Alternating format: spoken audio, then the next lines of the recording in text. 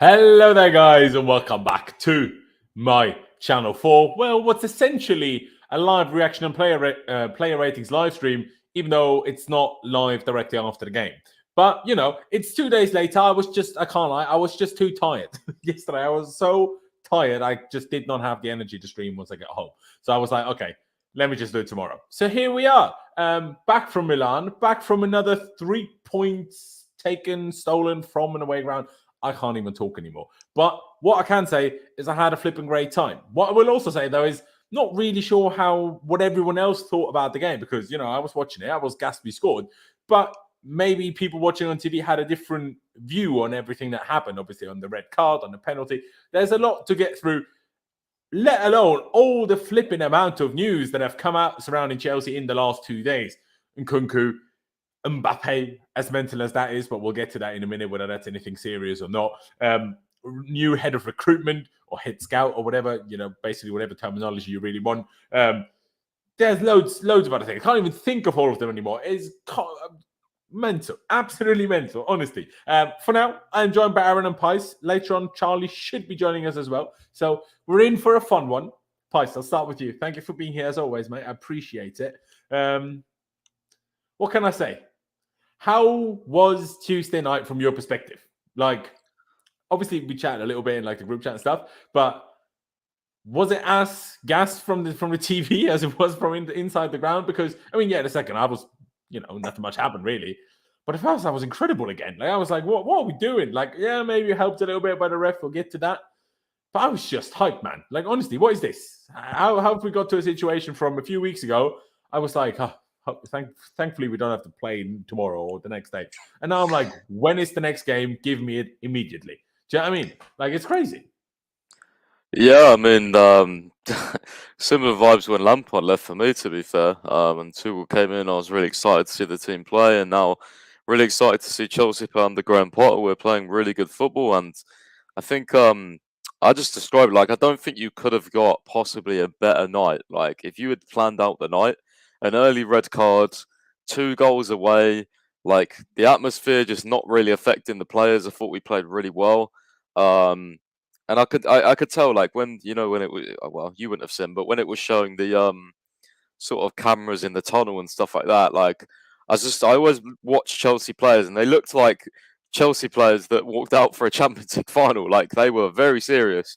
And I was like, yeah, I'm confident now. As soon as I saw those players' faces, like not one person was smiling, I was like, yeah, this is going to be good.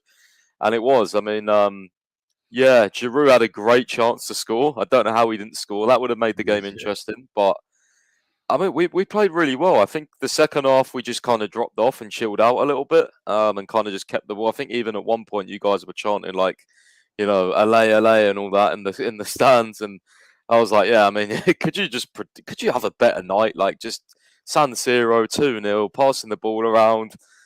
Your strikers scoring, looking like he's going to break the number 9 curse. You've got Jorginho. Like it was just great vibes for me. It was great vibes. Mate, it was absolutely phenomenal. So this guy here, even though 90% of you here will struggle to say his name, my good friend Steve, he was one of the guys I went to Milan with, and he, unlike his profile picture here, has basically just looks like Cucurella. Like he has hair like Cucurella. And he also bought himself a Chelsea kit with Cucurella's name and number on the back. So basically, every time we went anywhere, every Chelsea fan started the Cucurella chant as soon as they saw him. And it was literally the most hilarious thing. Like, no matter where we went, like, people just started chanting Cucurella. It was hilarious. Brilliant. Absolutely great stuff. Aaron, though, let me get to you. Basically, similar questions to Pice, and maybe your answers are going to be quite similar as well. But this is kind of still an intro, So, we're not too specific. But what are your thoughts basically on Tuesday? Now, I didn't after we obviously lost to Zagreb and then drew to Salzburg. I was like, bloody hell! Now Milan away and at home. Well, we were all a little bit, worried that we might bottle this Champions League situation here. In the end, thankfully, we're not Barcelona. We are Chelsea Football Club, so we are top of our group. So we're having a great time. But what a turnaround from the first 2 Champions League games, and what a way to do it on 2 occasions against Milan, right? Yeah, thanks for having me, man. It's very strange how we managed to make the best team in our group, well, the best team aside from us, look like the worst team, but the shitters we struggle against. It's really strange, but the performance was crazy. Like we we look like a completely different team now. It's actually crazy. Like you wouldn't a month or so ago, you would not have expected a performance like this from Chelsea, but out of nowhere, it's like a whole new different team has come about somehow. But it's been really good to watch. It's been really exciting. I think the performance was great as well. Obviously, there was certain talking points within the game that I'm sure you're going to get onto later on, but. Overall, I think it's just such a good time to be a Chelsea fan. It was all down in the dumps earlier in the season, and now it's just like you can't wait for the next game because we're just playing so well at the minute. You got a striker who's wearing the number 9 who's actually scoring goals, which is I didn't think I'd see that in a very long time. But yeah, it's just such a good time to be a Chelsea fan. It really is, mate. It really is. Before we will actually do player ratings today, ladies and gentlemen. But even though it's 2 days late, not in as much detail as we usually do, but we will do a little bit of player ratings, and then at the very end cover the latest Chelsea news, which we haven't got to, including what Lee Taylor just put in the chat. Before that, just want to give a bit of a shout out to the San Siro. Obviously it's a very old stadium. It is. You can, like, to some extent, you can call it a bit of a dump. Like you can just see it's really old, but my God, that place got vibes. Like you walk past, or we drove past in the first place. We went to the hotel. And the thing is so big, man. Like, it's huge. It's like, obviously, in the inside, it's big, obviously. Let me get a picture up. But on the inside, it's obviously huge. But on the outside as well, I feel like there's a lot of football stadiums that, well, they're big from the inside, but they're not this big from the outside. To me, it was genuinely crazy how big this is. Now, what I'm not as sure about is why on one side, they have basically 2 stands or 3 stands. And on the other side, they have 4 or levels.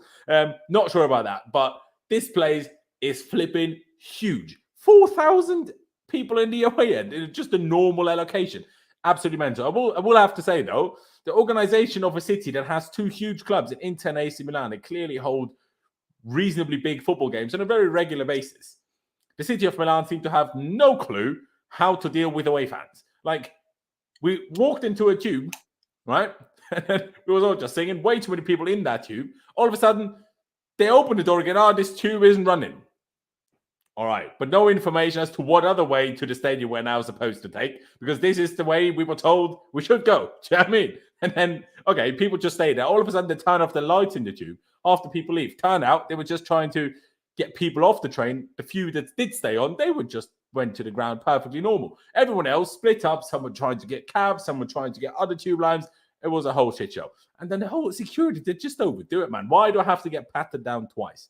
But hey, and you have to walk around, like, it's not a staircase, but you're basically walking up a spiral, but just, I don't know how to explain it. Just like slightly elevated walkway up a spiral. And how tall is this? The top of the away end, like a 10th, 15th story of a building? It's crazy. So it takes you that 10 minutes to get there, and then all there is like literally rows of seats, but like this steep. It's crazy. I love it. I'm a big fan of nice stadiums. I'm very happy that I got to go before they're gonna demolish it. And the away fans as well, brilliant, different gravy. I love it. Huge fan. Now, without getting too hung up on this, because I told you a little story. Now we're done with that. Let's actually talk about the game. And Pice, I'll start with you. I'm going to ask Aaron the same question, just in case he has a different opinion. What was the actual formation we played? Well, basically, the only thing I'm not sure about is, was Mount in the front 3 or was Mount in midfield, basically? Is this to me? Yeah. Yeah, in terms of Mount, I thought he was a bit of both. I think more midfield, because he was doing a lot of like half turns and stuff. But I mean, you saw the penalty, it came from the right. I mean, Reece James played the ball. It was a fantastic pass, by the way. Yeah. Such a good pass. Literally just split their defence. And yeah, Mount was running down the right-hand side there. So yeah, I would say it was kind of like a 3-4-3 / 3-4-1-2 / 3-5-2. I'd pretty much say. Yeah, any of those 3. It changed quite a bit, but it was definitely a 3 at the back. I know that for sure. Fair, yeah, that was clear even to me. So basically, it's just Mount shifted between somewhere here and somewhere there, and then it was like, okay, where did this guy run around in? I suppose, or the other one. It was definitely like I would say it was definitely like a 3-4-3 a lot of the time, because even when Gallagher came on, he went to the right. So yeah, I would say it was kind of like running it back to what Tuchel did almost. It is very true. It is very true. But hey, while it's working, I ain't complaining, especially while we're doing it. But actually playing reasonably well. That's the great part about it in my eyes. Aaron, would you say so as well? 3-4-3 like that? Yeah, pretty much echo what Pi said, but it's just Mount was like everywhere. I don't know what it was. He was at one point he was like in a 3-man midfield, then he was slightly further forward, then he was coming off the right, so he was pretty much doing it all, which kind of made the formation change a lot during the game. But I think everyone else was pretty fixed in their positions. It was just Mount was the one who was kind of going from the middle to the right, back to the middle, dropping deeper a little bit, then pushing on. That is true. See, unfortunately, it doesn't really give me like a turquoise option to like simulate our away kit, so I'm just gonna have to do it all white. Here we are. Yeah, I mean, what were your guys' thoughts when you saw the team? Obviously, I was like trying to, what's the word? Like, just stressing myself to the ground because, like I say, we literally got in as the Champions League anthem finished. So literally 30 seconds before kickoff, we finally got into the ground. So it was a bit of a hassle, that whole thing. So didn't really have time to give much of a thought to the lineup. But the only thing that really surprised me was Chilwell starting, I'll be honest. Not anything against Chilwell, and I said this in the preview the day before. I wouldn't mind if it is Chilwell. I was just pretty confident that it would be Cucurella, and it wasn't.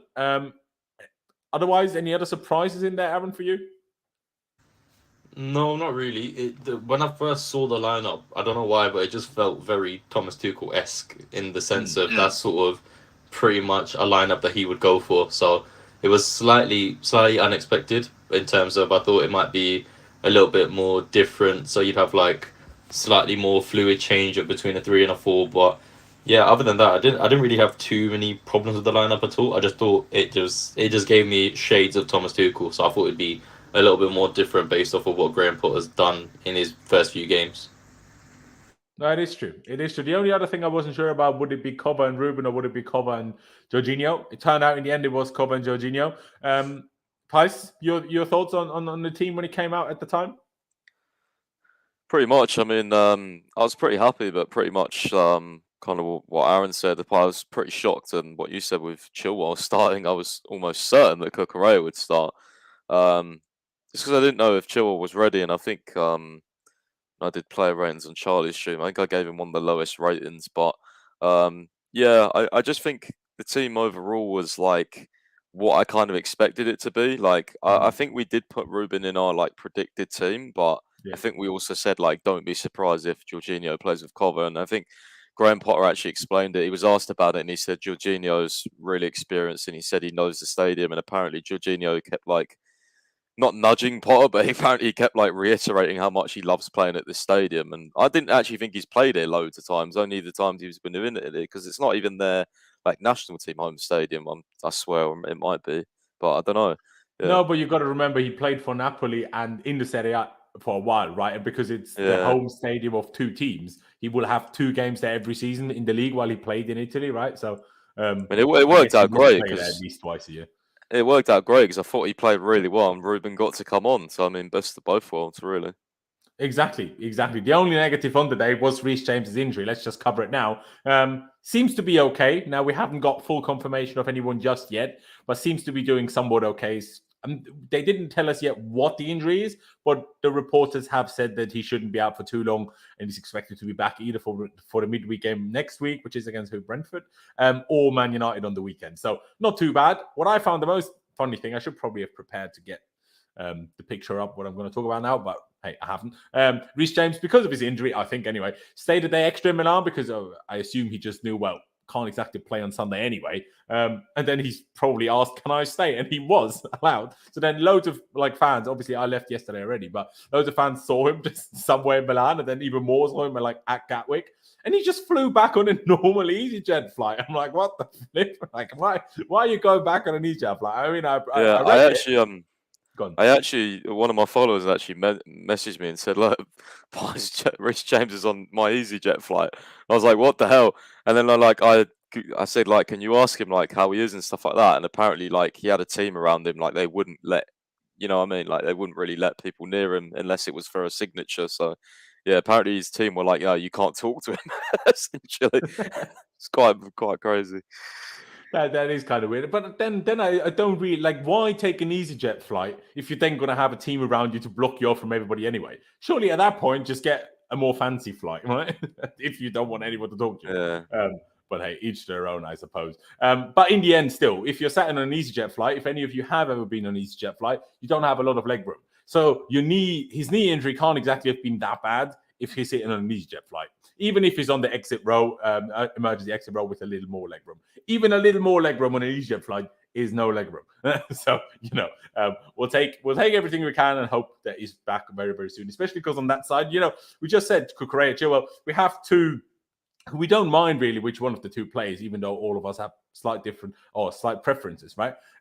But obviously we're all very clear we want James to play, not Aspie regularly. So hopefully Reece is back soon. But yeah, shall we talk about the elephant in the room before we talk about individual player ratings? Because obviously the big game changer was the red card and the penalty for Tomori. Now, seeing it happen in the stadium, my thought was like, I thought he pulled his shirt rather than that he pulled his shoulder, but in the end, it obviously doesn't make a difference. I think it's just unfortunate ruling, because I think the rule book says that the referee did everything correctly. It's just, referees also have people judging the referees. I don't know the English word, referee, officiators, potentially. Every referee gets judged on their performance, then you get minus points for mistakes you make, blah, blah, blah. So now, in my opinion, what the referee should do in this situation, give the pen, give me a yellow card. But unfortunately, the rules say if you don't attempt to play the ball and you're the last man, destroying a clear goal-scoring opportunity, then it's a red card. And I said, he pulled him back, which meant Mount couldn't get the shot off quickly enough. Therefore, the goalie had time to close Mount down. Therefore, Mount couldn't get it past the goalie. And then it was a pen. So, it's a harsh call, but by the rules, it's a correct call. I don't know what you guys think, but I was thinking that in the stadium. I was like, well, red is a bit harsh, but there was no one else about, and he was nowhere near the ball. So what else do you expect when you pull someone down in the box as the last man? Obviously, it's a red card. Now, I think the big problem is that, the word spread, a couple of years ago that this double jeopardy was going to be gone, I guess. But the double jeopardy is only gone if you attempt to get the ball. And Tomori didn't attempt to get the ball. So I guess it is what it is. But I do kind of want to laugh at Tomori a little bit. I like him.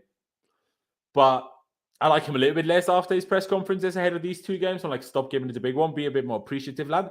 But also, my boy, have you failed to walk that walk other than down the tunnel, honestly. Whoa. Last week, absolute calamity when trying to defend that cross from James for Aubameyang's goal. And then that, you literally couldn't have fucked it worse. But hey, Aaron, I'll go to you first.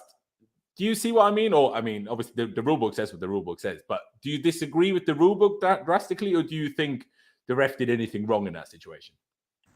I think obviously the rule book is the rule book and you have to abide by it. When I was watching it on the TV, I didn't even realize it was a penalty at first.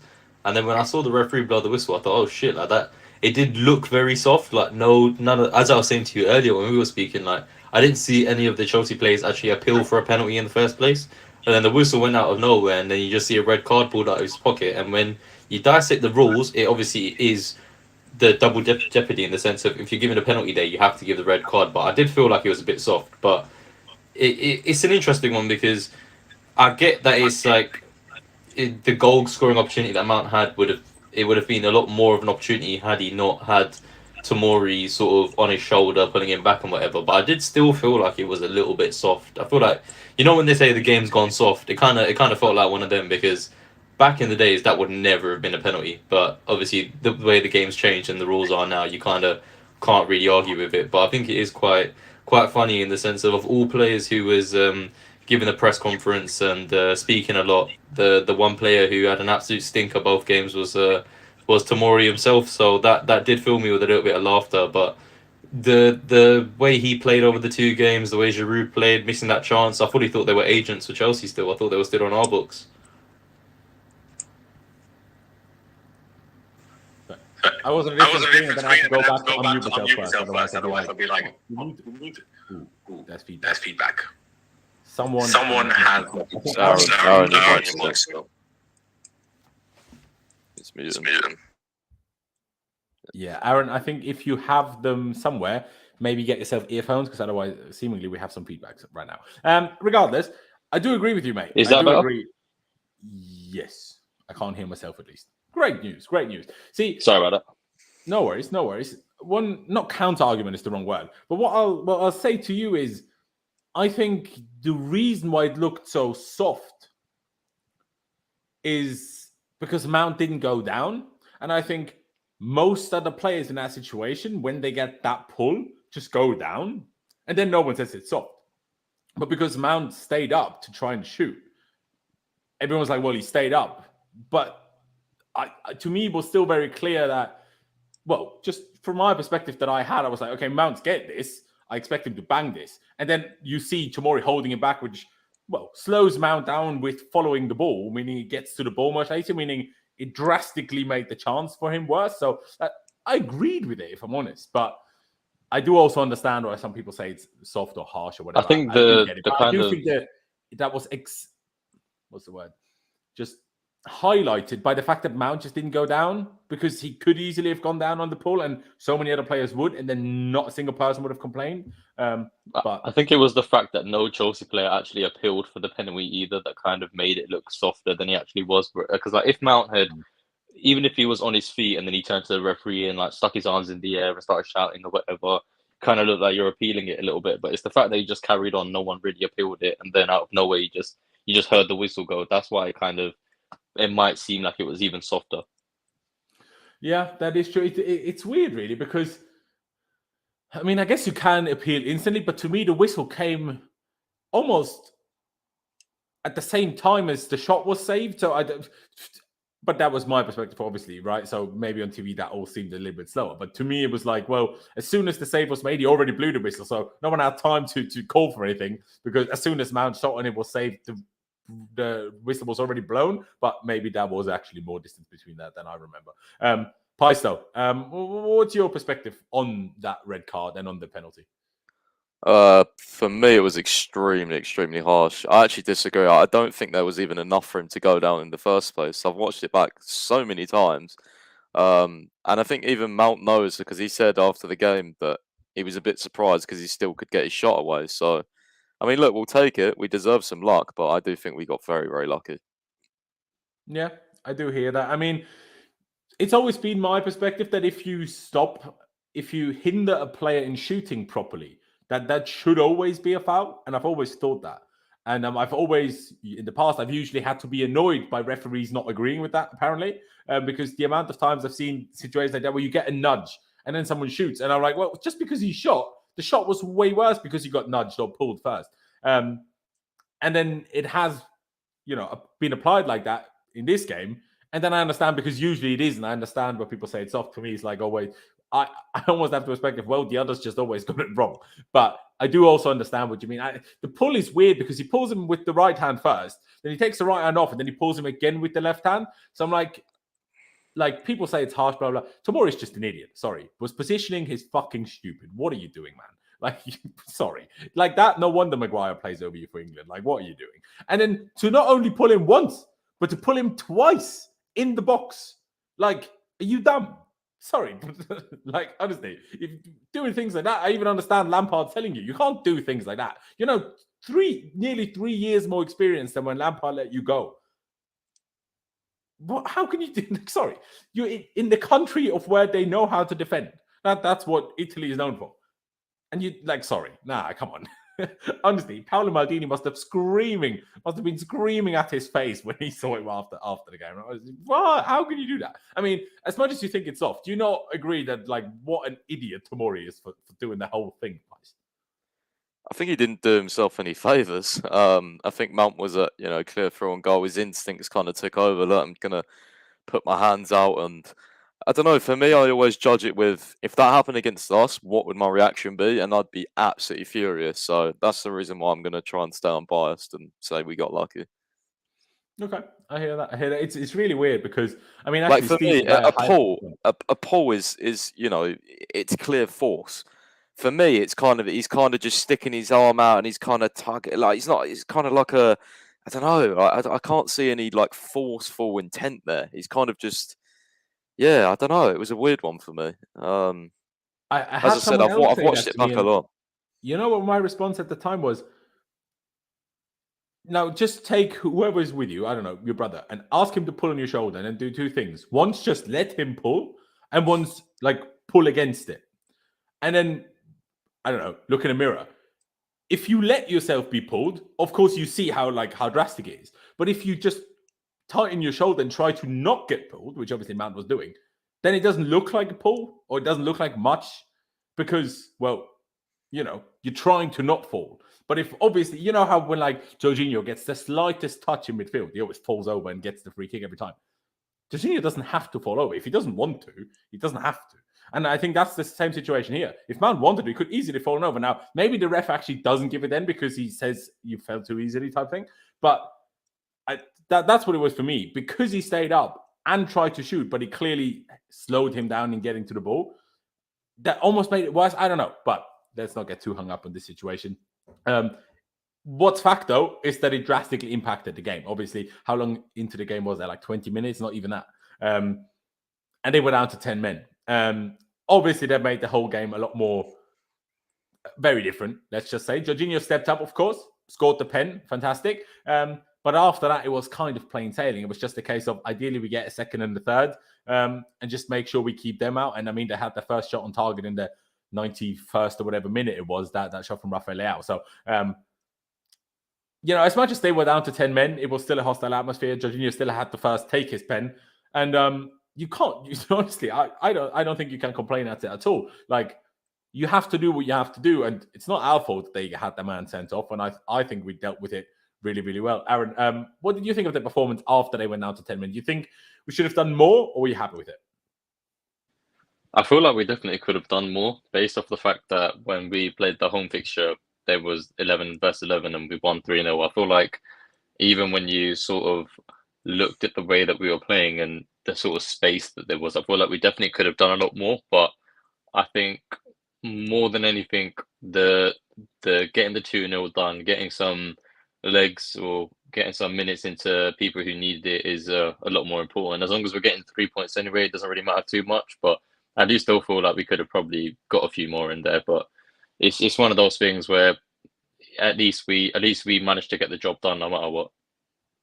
Yeah, fair. I mean, yeah, we could have done more. At the same time, I feel like because obviously Milan at this point had nothing to lose, and we were in the position where we're 2-0 up here, and we kind of arguably needed to win more, I guess, to some extent, at least from our perspective, being the favourites overall for the group.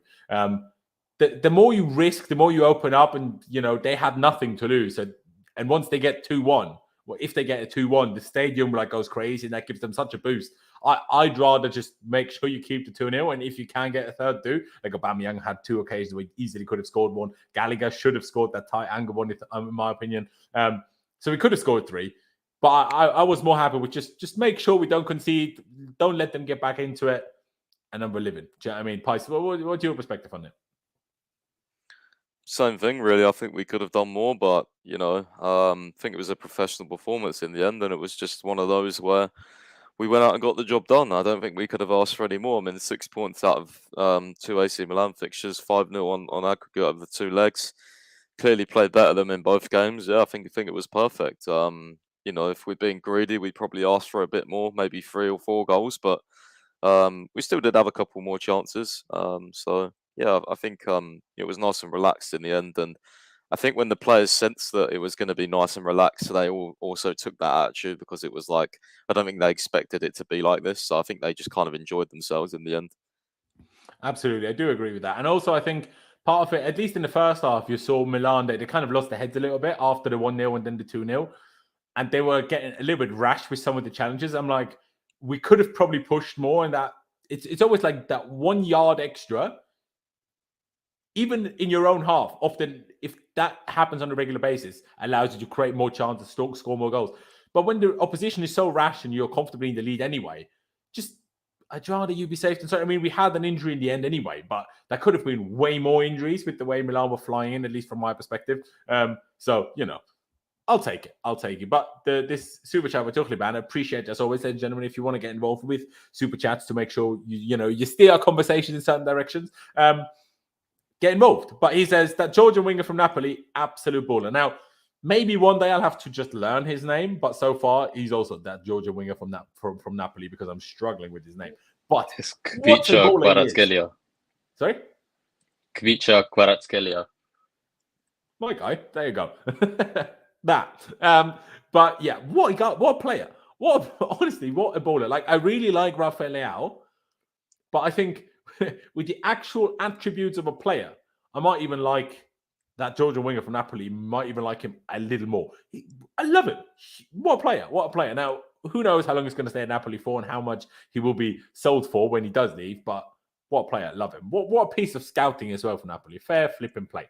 But let's get through these player ratings. We'll do it reasonably quickly rather than, as usual, going into super deep depth on every single occasion. Kepa, made a couple of decent saves. The one with the foot, I really like on the cross. I'm like, bloody hell, how the flip did you stick your foot out that quick? So I like that. But yeah, obviously, Pice touched on earlier the Giroud chance. That was the only really dangerous chance. Otherwise, they didn't really have anything really dangerous that I can think of.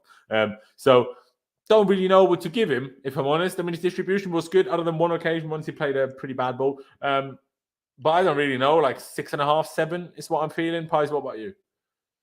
Yeah, I'm trying to remember what I gave my fucking ratings on Charlie's stream now. I think I gave him a 6.5, pretty much the same reasons.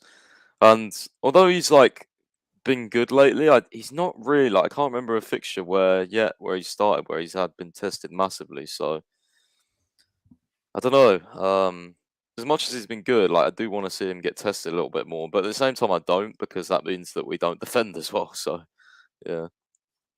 Yeah, it's a weird one, the whole getting tested thing for goalies, because on the one hand, I agree. On the other hand, it's like a lot of big saves when goalies make them, especially when it's like the really big one. Because if Kepa saves a long shot, everyone's like, yeah, well, it was an easy save. Otherwise, Kepa wouldn't have saved anyway. And then if it's anything closer, you're kind of just banking on luck that the player won't put it too far in the corner to make it impossible for the goalie to save. So it's just a difficult one. What I like the most about him is honestly the confidence that he oozes at the moment. Like it just feels like nothing will faze him. And I feel like he spreads that vibe as well, where it's like just the defense and him, it just seems no matter what the opponent are going to do, nothing's going to be a problem. That's what it feels like. And that's what the thing is about confidence. Like goalie being confident and goalie not being confident is honestly two completely different kettle of fish. Aaron, 6.5 then, even though I said 6.5 to 7, probably going to go 6.5. Would you agree with that, or would you like to go higher? No, I'll round it off with a 6.5 as well. I don't think he had that much to do. The only worrying one was the Giroud header, where he was kind of like rooted to the spot. If that had gone top corner, then that wouldn't have been particularly great. I don't think he could have done much about it anyway, even if it had gone in. But other than that, he didn't really have much to do. No, exactly. I mean, if anyone should have done better for that Giroud header was Chilwell, because he was the only one close to Giroud, and he was still nowhere near close to him as Giroud was flying. Honestly, I was looking at it, I was like, the ball's coming in. I was like, why on earth does Giroud have so much space? And then he heads it. I'm like, flip's sake, that's in. And then all of a sudden he puts it well. I'm like, get in the bin, mate. But yeah. Thiago Silva. I'm not sure if you guys actually saw this on TV, but after the game, the first Chelsea fans serenaded him. And he was clapping that side of the pitch. Then he turned around, walked on the other side of the pitch, clapping the AC Milan fans who also sang his name. And then he turned around again and clapped the Chelsea fans one more time who still kept singing his name. So, we were just having a great time, really. But good performance from him. It's a weird one. I saw some ratings of other people about this game, and it's like, I don't know. I don't even know what to think about the defenders, because other than Chalobah, and on a few occasions, Koulibaly, for Thiago Silva almost felt a little bit like Kepa, where I'm like, he didn't have that much to do yet, in that game. Unlike usual, where I'm like, okay, Thiago Silva just so classy, so perfect. While he was that still, I just didn't feel he had that much to do. So that's why I'm not really sure where quite to go with the rating. Maybe a tad higher because he's an outfield player, so there's always a bit more to do than for a goalie, no matter how the game goes. But I don't know, like a 7? Aaron, would you go higher than that, or what did you make of Thiago's performance? No, I would have gone 7 as well, because there was a few little blocks and interceptions that he made. But other than that, the Milan attack doesn't particularly do much, so there wasn't really anything for him to do. Even with the Giroud header, I think it was Giroud got in between Chalobah and Reece James, I think it was. So that wasn't even anything to do with Silva. So he really didn't have a lot to do throughout the whole game. So it's kind of hard to rate him. But because of the fact he made a few nice interceptions and all passes and that sort of thing, I give him a 7. Okay, Pice, what would you give him? I can't believe you guys are forgetting that clearance he made where he stuck his foot out in the box. That was a certain Milan goal. It was literally an insane clearance. I mean, I wouldn't blame you, Lawrence, for missing it because he was right up top. But if you go back and watch Which the half was highlights, that? I'm pretty sure it's in. Want to say first half, I think. I think it might have even been the one where Kepa saved and it kind of came in the box and it was an insane clearance. He like stuck his leg out and breached it somehow. Saw everyone gassing Is it. It it was a so great when the save. cross came in, Kepa first blocks it with his leg, and then someone clears it? Is that what you mean? It was like it was kind of like a goalmouth scramble, but like it was almost a certain goal because there was players near ready to like tap it in, and Silva just like stretched out and cleared the ball with his toe. It was an insane. Okay, because I did actually watch highlights back, but even then I didn't notice it. I will find it. But, yeah. I was more, I don't know, it was like in awe. I was like, how did Kepa get his leg out so quickly? You know, I'll take a look as we talk about it now. But if you're saying that, how much higher would you then go for the rating just for that, or in general? I think I gave him a 7.5 on Charlie's stream. I think I'm not quite sure. It was either 7 or 7.5, but yeah, one of those two. Okay. Let me just go back and try to find these highlights, and once I have, I will see. Oh, where the flip is it, man? Why are you being complicated? Just show me what I need to see.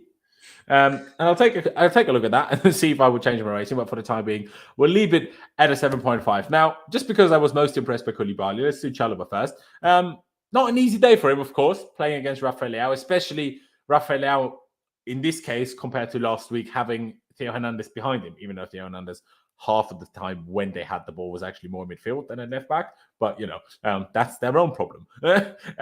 But I still think other than maybe one or two occasions where Leao kind of got the better of him, I think in general, considering, until Fofana got injured and he came on last week, Chalobah didn't see the light of day all season, really. I thought he did really well again, if I'm honest, Price. What did you think? Yeah, I thought he did decent, to be fair. I think he was my highest rated defender just because I think I noticed him quite a bit. The only bad thing he did was that header, which Koulibaly managed to tackle. I don't know why he keeps doing it. He did the same against Liverpool at home. He did like this downwards header. Not sure. It's definitely an area of concern. But yeah, other than that, I think he got spun by Leao once. But yeah, I think he did pretty decent other than that. And kind of find it crazy that he hasn't lost in 28 games when he started. That is literally not spoken about enough. And if that was any other player, it would have been spoken about, loads. So huge credit to him for that. That is true. I think the problem with what you're saying here is because we're Chelsea, we don't really only see losing as losing. We see most of our draws as losing all the same because we drop points, right? And I think that's why it doesn't always give us that vibe because, yeah, okay, we didn't lose. But the difference between drawing and losing, that's just 1 point. The difference between winning and drawing, that's 2 points. So, like, much bigger difference whether you win and draw or whether you draw or lose. So, like, yeah, not losing is always great. Everyone loves that.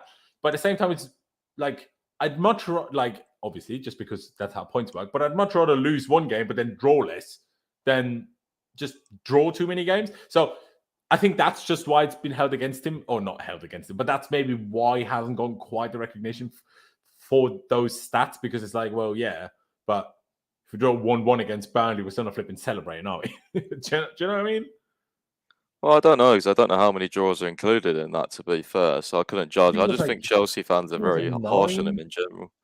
Yeah, I think it was like 9. It's in 28 start, 20 of the 28 start. I think it might be 9 draws, which is not bad either. But I'm not trying. By the way, I'm not trying to hold it against him. I'm just saying the reason why I don't think in our heads we have that automatically without reading the stat. Look, like whenever Chalobah plays, we're good.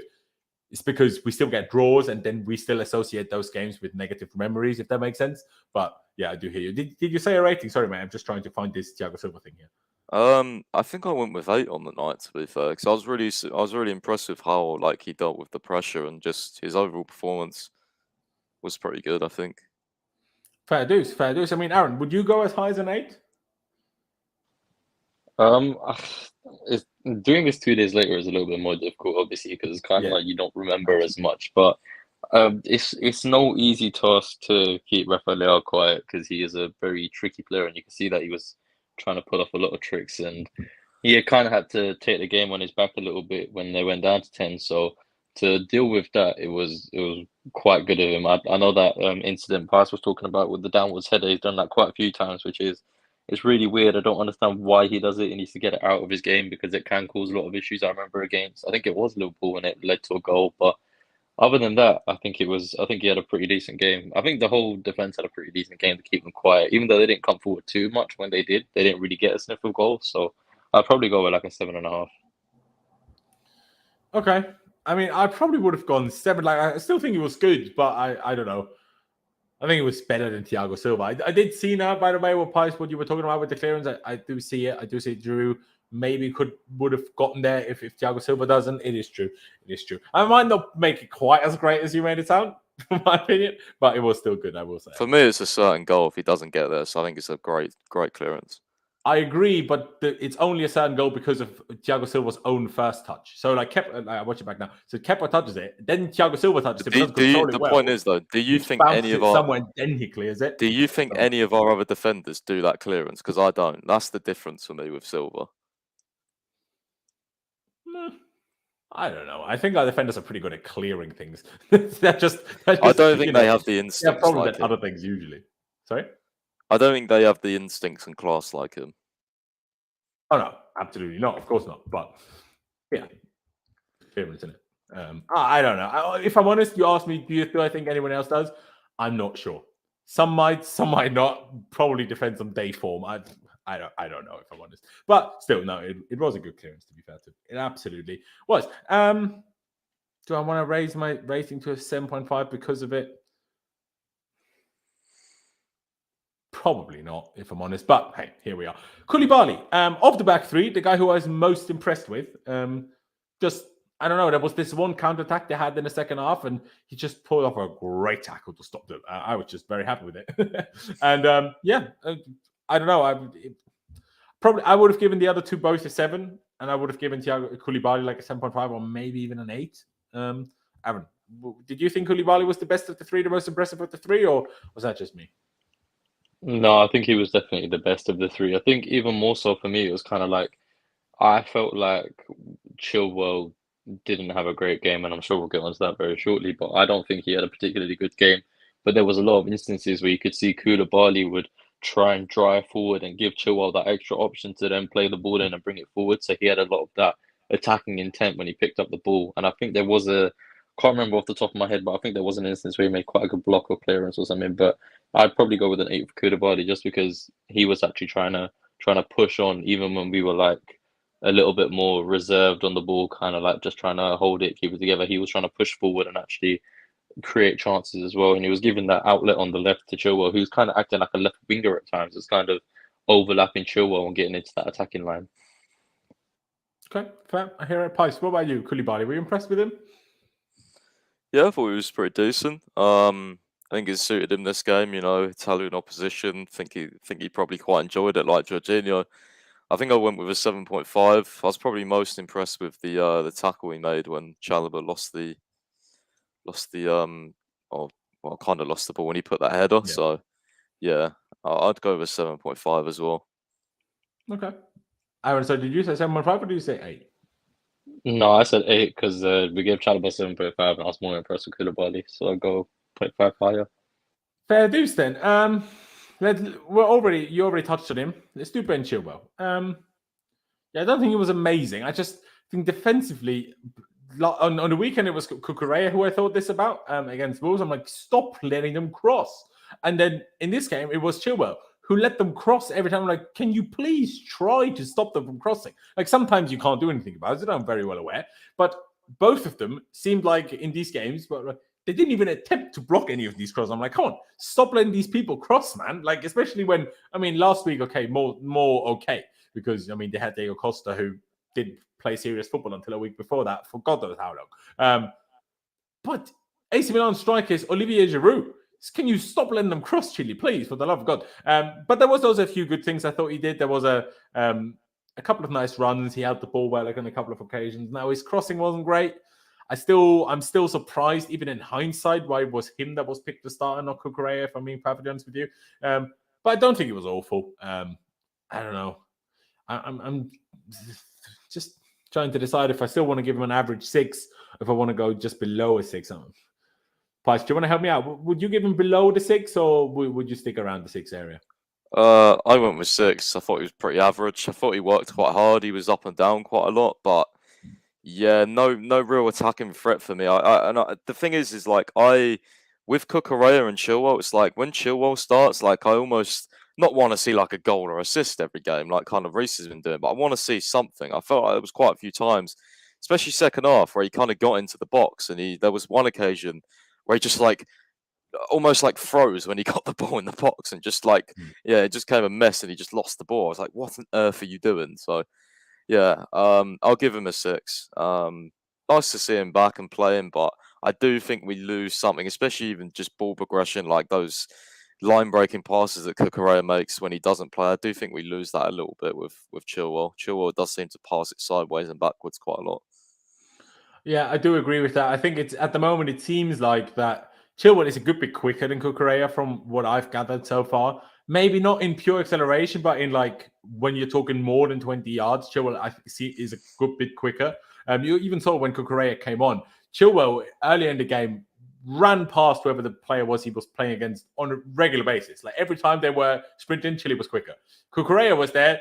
He was a good bit slower than the Milan player, who was the same Milan player. I'm like, how has this happened? Like I realized already before, Cucurella is not the very fastest in the world, but I didn't think Chile was that much quicker. So that was interesting to me. But yeah, I do see what you mean. Like he had that one shot in the second half, which he just dragged a bit too wide. Like, come on now. You shouldn't drag it 5 yards wide. You're a professional footballer. And there was one occasion where he got played through really nicely. And I expected like a cutback and then a decent chance, but he just really messed up whatever the cross or cutback he was attempting and just really didn't lead to anything. So those two occasions I did expect a bit more. And like I say, blocking the crosses. Aaron, you said you weren't particularly happy with him. Would you go below the 6 or is not particularly happy with him on a game on a day like that was on Tuesday where pretty much everything was going our way and we were just having a good time? Is not so happy with it, still a 6? No, I'd go below the 6, but I'd only go 5.5, and I'm only factoring in the fact that he did have a serious injury last season. It still does take time to sort of come back into your rhythm and fully play the way that we expect him to. Who knows whether he's gonna reach those same levels? Is only going to be a thing where you tell with time. But I think it felt very slow for me, and I feel like normally with Chilwell you just expect a lot more, so you kind of have to factor in the injury. But the attacking outlet that we get from the wing backs, I felt like he wasn't really offering that as much as I would like one of the wing backs to. I don't know if that's my expectations sort of raised based off of who we have on the right side and how much he gets forward and puts in those crosses or comes up with a goal or does something in an attacking sense. But I just feel like Chilwell wasn't really at it. I don't know. He doesn't look like he's ready to play, in my opinion. Like, he still looks like he's a bit off it. So I don't know. I don't know if that's just me, but I was a little bit disappointed. I do hear it. Like in terms of comparing him to a lot of other left wing backs, I still think he does plenty and does fine. But in comparison to what we know Ben Chilwell was before the injury, I do agree he does still look a fair bit of that. I do agree with that. Hence why I was surprised that it was Cucurella that started. But hey, Reece James obviously didn't play the full game because he had to come off injured. But that game that he did play was brilliant. Maybe not quite as impressive as last week. Obviously, didn't get a goal this time and an assist, but still. Now, Theo Hernandez's extra bit of pace did help them for sure. Now, Reece never lost the ball, but obviously Theo Hernandez on a couple of occasions stopped Reece from like playing a good cross or, just driving towards goal because of his extra pace. So, you also have to give credit where credit's due on their side. But yeah, I still think Reece James was absolutely phenomenal, and he just, no matter whether you watch on TV, whether you're watching the ground, whether you're close to the pitch, or whether you're ages away, like God knows how many miles away. Like I was in San Siro the other day. He just looks like, maybe alongside someone like Thiago Silva, he just looks like a level above everyone else. Like he's low. He looks so, I don't know. It just looks like nothing can phase him. It doesn't matter whether there's 3 opponents, 2 opponents. He's so strong. He's so effortless. Rafael turned him once, and then he didn't quite get there in time because Rafael pulled off a quick cross. But that's the only reason Reece didn't get there again, because Leao played the quick cross. If Leao tried to cut inside, Reece would have got there. as he does. He's such a phenomenal footballer. I'm just glad it's not a serious injury. Obviously, still disappointed he got injured in the first place, but honestly, what an absolute diamond of a player we have there. I'm going to give him an 8. I think it was a very good performance, but I don't think I want to go too much higher than that, because especially, like, he was still very good, but comparing it to last week, it wasn't as good as then. So, can't go too high, if that makes sense. Aaron, would you go along with an 8, or would you go something different for good old Reece? I kind of want to give him extra points for getting an EasyJet flight back to the UK, because that did make me laugh. But no, I feel like he, you know what you get with Reece James, and he is quality. Having to deal with left side of Rafael and Theo Hernandez is never going to be easy, but he made it look pretty effortless. And I think there was very few occasions where they could actually stop him. I think there was one time where managed to get past Hernandez and then got fouled and won a free kick, but Reece James is just a class act. He's not the best right back in the world for no reason. So I'd give him an 8.5. I'm gonna factor in the EasyJet flight out of a little bit of humour, and I'll give him an 8.5. Fair dues. Charlie, I'm not sure how long ago you joined us. I didn't hear a pop sound, so I hope it wasn't too long. But I appreciate you for being here. Hello, Charlie. We're just slowly but surely going through player rating just for a bit of a laugh to still get through, because obviously I didn't have time to do content about the game yet. We're talking about Reece James. Are you giving extra points for taking an EasyJet flight home? Yeah, I mean, it shows he's a man of the people, doesn't it? He could have easily taken a private jet, whatever he wanted to do. So no, I think it shows that he's saving the environment. Go on. Yeah, human side to him as well. So yeah, I think that's fair play to him. Not everyone would do that. In terms of his performance, yeah, pretty solid. It's kind of what we just expect from Reece James. Had Leao locked down on that left-hand side. Contributed well going forward when he had to. There was a great pass. I can't remember who it was to, but he played a really good pass in the first half. Yeah, just kind of standard Reece James things that we come to expect now. And the good news is that his injury is not too bad, because it's the one area in the squad where, we haven't really got suitable backup, and we lack depth big time. So when he doesn't play, not only is he probably our most important player, he contributes so much. We haven't got anyone else that can come in and do anywhere near what he can do in that position. So it's good that he's probably going to miss a couple of games. Yeah, I thought he was solid again against Milan. Yeah, it's just kind of, which is what we expect, really. He's like his top performances, but it's just what we expect from him, really, these days. It is. And before I take this to Pice, I do have a question that I'm going to ask all of you. Because we were just talking about it, how Reece makes everything look easy and effortless, and he's just so good and just looks better than everyone, almost no matter who we play. Is there at all a feeling that if we would play him in a different position, he could be even more important to us? Is like, how Aaron said a minute ago, he's the best right back in the world, and he probably is. But could he be more than the best right back in the world for us? Like, it's incredible what he's doing for us as a right wing back. But could he be even more influential in a different position? And because he's that good, like, he could also do what Kante does, just better. Maybe not quite the energy, but because he can clearly defend, is strong, but can clearly shoot and cross and do all of those things. If you play him on the right side of a midfield, like in a midfield, could he do even more? I'm not saying we should be doing that. I'm just saying, I'm asking the question, could he be even more influential to us if him being on the right, if we have problems on the left, Reece James can't do anything about that. If he's in midfield, maybe he can do something about that too. Do you know what I mean? Like that's what I'm thinking. I'll go with you first, Charlie. But do you see what I mean in the sense that because he has the attributes to do way more than just be a right back? Oh, I get what you're saying, and we have seen him in midfield. I think he played in midfield against Zenit St. Petersburg last season, the Champions League away in the group stage. That was purely, obviously, for kind of injury reasons. But look, he's a talented boy. But I think it's very different excelling in the right wing back / right back position. To try and do it in midfield is totally different. Like you look at the top midfield players in the league. Players like Declan Rice and others. You say maybe put Reece James. Is it just me that thinks Reece James would be a way better midfielder than Declan Rice? Than Kovacic, it's so hard to tell because there's no kind of positioning, isn't it? It's completely different. People spoke about when Trent was in phenomenal form. Obviously, he's in a bit of a dip at the moment. People were saying, why don't they play? Trent could play in midfield. I do also think he would be much better midfielder than he is a right back. We could have a right hand side for England of James with Trent ahead of him. Like it is like these guys are talented players, and players can play multiple positions. But I think playing right wing, excelling in right wing back, right back, to then try and repeat that in midfield, that's a big ask. As Pi says, it's different. It's different. You read the game differently in midfield. It's completely different positioning. I'm not saying you can't learn it, but he has played it already for like half a season in the Championship. It's very tough. It is very difficult. Laurenz has some intel on like some Austrian guy we're signing for right back, I reckon, and then he's like,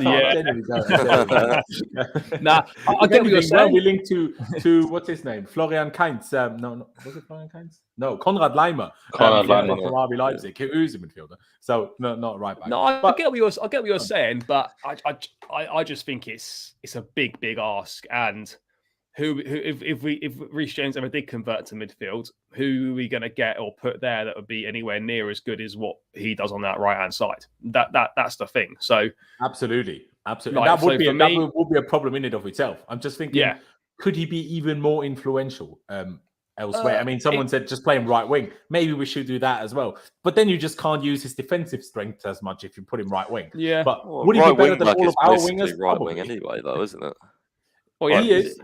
He is. Yeah. He's basically pushed really hard at the pitch anyway. So, yeah, I mean, it's impossible to tell without trying it, but I just don't think it's worth sacrificing what he offers on that right-hand side to try him in midfield when we can go and buy someone like a Bellingham or a Declan Rice or whatever. And I mean, we could also get Livramento back.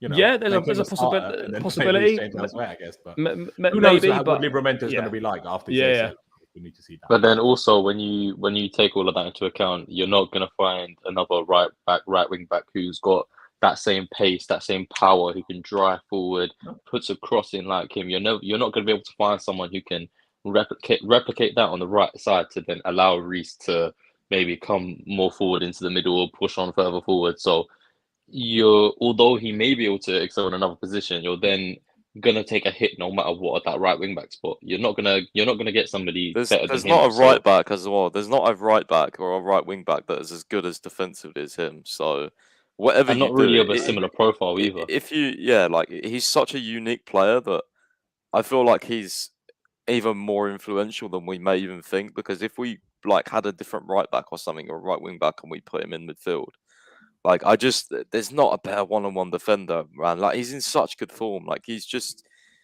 ridiculous right now and has been for like 12, 18 months. So yeah, I think he's defending. Like name me a right back that can defend one-on-ones like him. Like he's so strong as well. Trent, yeah. Like I mean, Carvajal's still decent, but he's slower now and he's not as strong. Like he's such a unique profile that if you're a winger, you just don't want to be facing up against Reece James. Like he's a fucking tank. Absolutely. I agree with every word of what you just said here, by the way.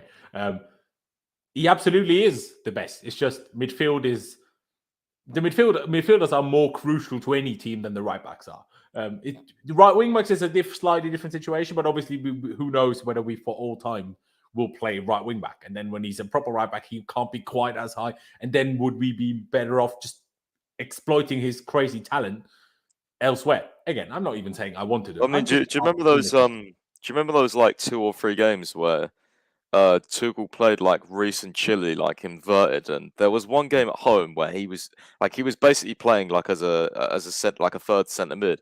He was ridiculous, but what he was doing was he was driving, like he'd pick the ball at right back and then like drive into midfield. It was insane. I can't remember what game it was. I have a feeling it was like West Ham or something, but yeah, he was really good, like as an inverted like fullback. So I'd like to see that again if Potter does those tactics, but it's working well right now. Absolutely. I mean, Fraser says Cancelo says hello. Now Cancelo is a great player. It's just not as good defensively as Reece James, but certain ball technique he might even be better. He's a phenomenal player. Please, no matter who you are, whether you're a City fan or not, don't make me don't twist my words into saying Cancelo is not good. Cancelo is great player. Wish we had him. Not instead of Reece James, but still wish we had him. All right then, Jorginho. Wow. I wasn't even sure whether I wanted him to start. What a flipping performance. Now, obviously, penalty is penalty, but still, took it. Crazy atmosphere, crazy pressure to take that there and then. Scored it. 97% pass completion, most ball recoveries or interceptions of whichever one it was on the pitch. That was a vintage Jorginho performance. That was, for me, I thought he was man of the match, personally. Phenomenal. Oh, Pi, sorry, I never asked you on a rating for Reece James. Are you okay with the 8, or would you go for something different? I remember this, Charlie. Did I? Now you're here. I think I went 8.5 for Reece. I think we went. He was like one of the highest. I think with Mount and Georgie. I think was. Yeah, he was. Yeah, it was an 8 or an 8.5. I can't remember. Pretty sure it was 8.5. If you go 8.5, Aaron went 8.5 to be fair, so no problem for me at all. But Jorginho, then, Charlie, I'll go with you first because I haven't really asked you on a rating yet. Didn't really want to throw you under the bus with Reece James in your first sentence. But Jorginho, I know you're maybe not his very biggest fan, but I think everyone can agree against Milan on Tuesday he was brilliant.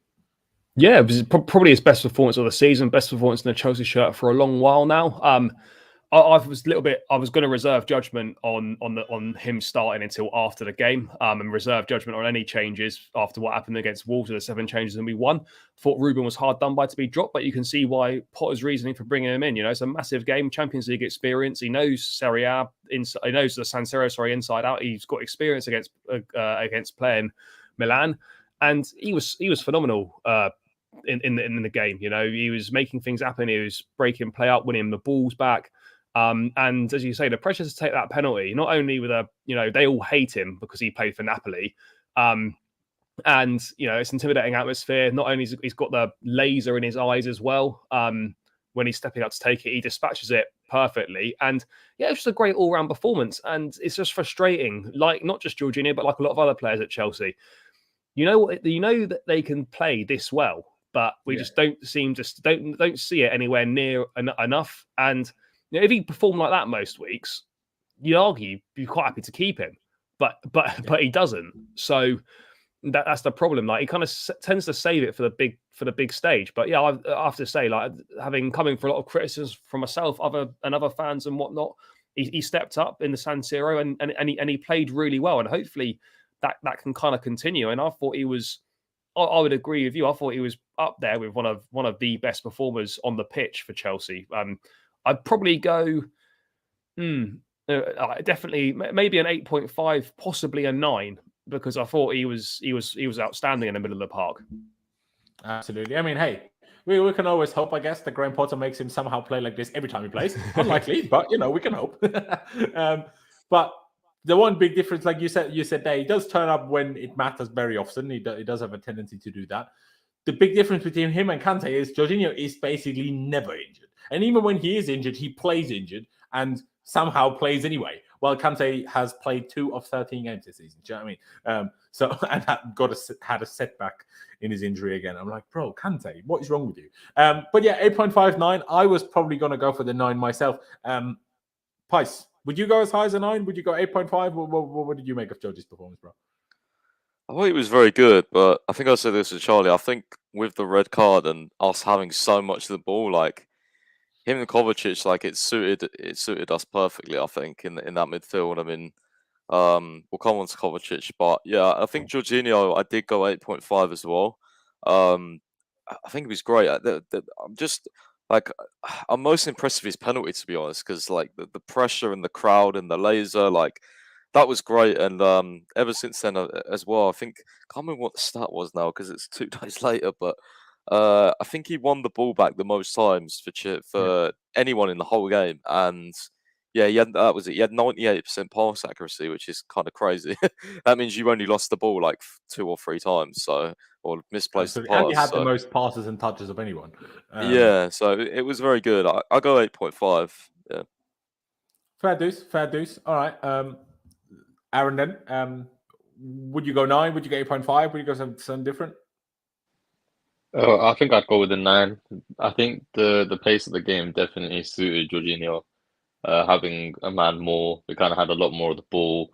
A lot of the passes he was playing was like them sort of short passes, side to side, a little bit backwards, trying to push the play on a bit. But I think that just shows like kind of what Jorginho has in his locker, what he can do. It's a shame we don't see it as much as we want to, but I think he honestly had a great game, and I was slightly surprised when he started, but it worked out in our favour because he played absolutely magnificent. So I'd definitely give him a 9. Absolutely. Fair play, fair play. I think it's just the whole that he played instead of Ruben. Maybe it was also needed because Ruben, how many games before that did Ruben start in a row? Was it 3, maybe 4? Like, I think it's important. Like, seemingly, Graham Potter is going to do this. And other than maybe Mount, who seems to start every game as usual on the most Chelsea managers, even though certain individuals of the fan base hate it every time, which I find hilarious. It's just like if we have that possibility to, even though Kante's injured, still give all now 3 with Ruben, Kovacic, Jorginho, and Ruben a rest every now and again, and don't start them for more than 3 in a row. That's the best we can hope for, really, because you don't want to overplay them and then get a little niggle or a little tired, and then they all of a sudden don't play so well. Everyone's like, "Oh, he made a mistake there," and then that ruins confidence again. You'd rather on high confidence. Okay, this time you get a rest, you play again next game. It's the ideal world, really, if you ask me. And obviously, some players will be a little bit, I wish I would have played this in San Siro. But in the end, he came on after, 60-something minute, like played nearly half an hour. So he got involved, wasn't done what Tuchel did to him in the FA Cup final when he took him off after 7 minutes in it, extra time. But hey, let me not get wound up again about that. Paisto, you're a big guy. Mateo Kovacic, what do you make of him? Other than the one shot, which Aubameyang still could have converted, but the shot was so bad that Aubameyang nearly could have converted it. Man, I had my, I was, when that fell to him, I was like, come on, turn into Lampard one day, or run it back to the Liverpool goal. But yeah, it was on his side foot. All I'm going to say is Kai Havertz, mate, I am coming for you. What on earth was that touch? That ball over the top was beautiful. Fabregas-esque. Havertz messes it up. I was fuming, bro. But no, I thought he played pretty well. I think on Charlie's side, I gave him an 8 just because I read that he only won 1 out of 8 ground duels, which I didn't even really notice, but that was pretty awful. But other than that, he was really good. He made the entry pass into Mount, which led to Aubameyang's goal. That goal was so nice, by the way. Literally 2 touches and then Aubameyang scored. It was just so easy and just beautiful. But yeah, I gave him an 8 because I thought he was really good. And yeah, Havertz, man, I'm not forgiving you for that. Never listened to this part. It was a really difficult touch, to be fair. But nah, he touches those down. Like, I've seen him touch those down. Like, mate, I was just... The Newcastle one was much more difficult than he pulled that off as well. Yeah, like, what? Like, you saw it come over the top. Like, oh, come on. Like, I don't know. You saw how gutted Havertz was as well. Like, he knew, I should have controlled that. Mate, that would have been the icing on the cake for me. Absolutely. I think... Yeah, because I obviously gave James an 8, not an 8.5. I do think he wasn't as good as James, but now that James has an 8.5, I guess I can agree with an 8. I probably would have gone 7.5 otherwise. But yeah, about that realm. Aaron, what about you? Would you have gone for about that for Kovacic as well, potentially a little lower? What do you think? No, I say I'll go about that. I think he had a pretty decent game. That Havertz one really did annoy me because I thought that ball was so nice over the top, and all you got to do is just touch it down. We've seen him do it before. Just touch it down and just bury it. And it was such a shit touch, and I was just like, for fuck's sake, like seriously, that could have been a really nice one for the highlight reel. But no, I think he had a pretty good game. There was one incident where he must have gone, I think it was shoulder to shoulder with Theo Hernandez, and the referee blew. The referee was another thing in itself, but beside the point, he blew against Kovacic, and I thought I didn't know Aaron, that wasn't even the worst one. The worst one was when he won the ball fairly from a tackle. And then we had that breakaway with Sterling to the right and someone to the left, and he give a fucking foul. I was literally screaming at my TV. What did he give a free kick for now? Like, what? I mean, the shoulder barge one was funny though because Kovacic started laughing. I didn't know Kovacic had that kind of strength in his locker because Theo Hernandez is not a small geezer, but he knocked him off like it was nothing. He's Croatian, bro. He's Croatian. He's a Balkan very monster. surprised. He's a Balkan monster, bro. He's nuts. But yeah, no, I'd go with the 8 as well. That is fair. And I mean, looking at some stats, to be fair, after he has that 0 out of 2 successful dribbles and 1 out of 8 ground duels won. That isn't great. But there's also some good stats. 4 out of 5 accurate long ball. Sounds very good.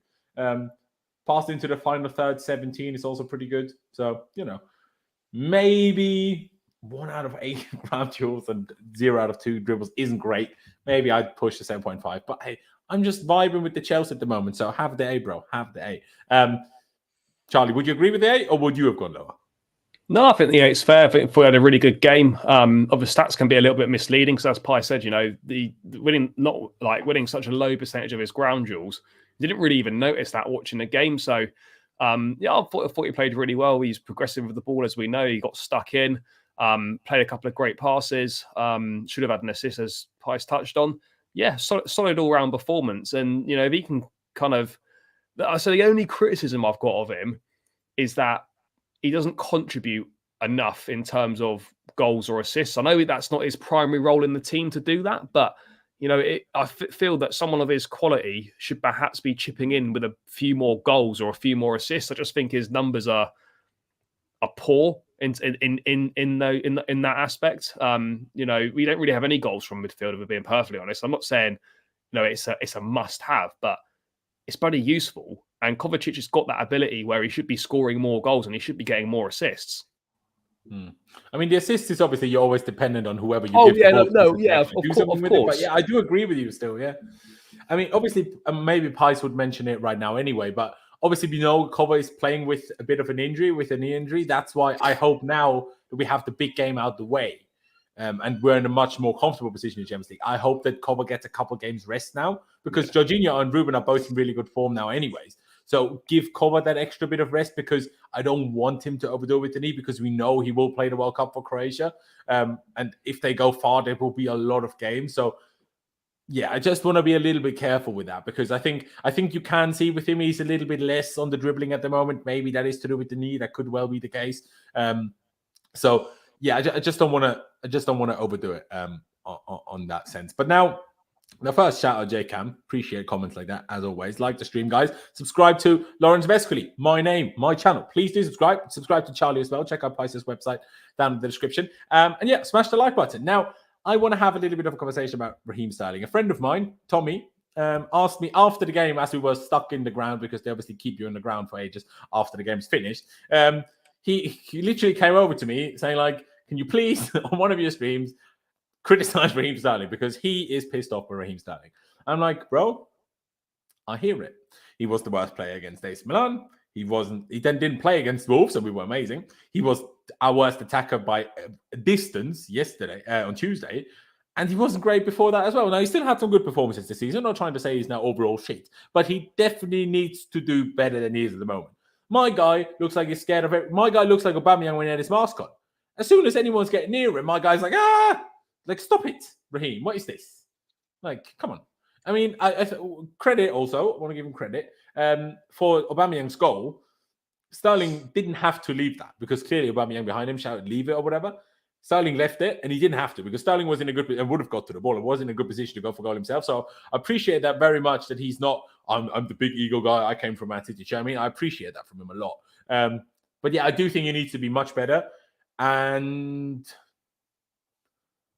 yeah, I think maybe one more chance after that, he needs to get dropped and someone else gets a chance. And if they don't do well, of course, then Sterling gets back in. But you've had too many bad games now. Like, I know Mount doesn't get dropped either, but two wrongs don't make a right, okay? It's just because Mount should sometimes have gotten dropped before doesn't mean we shouldn't demand it for Sterling all the same.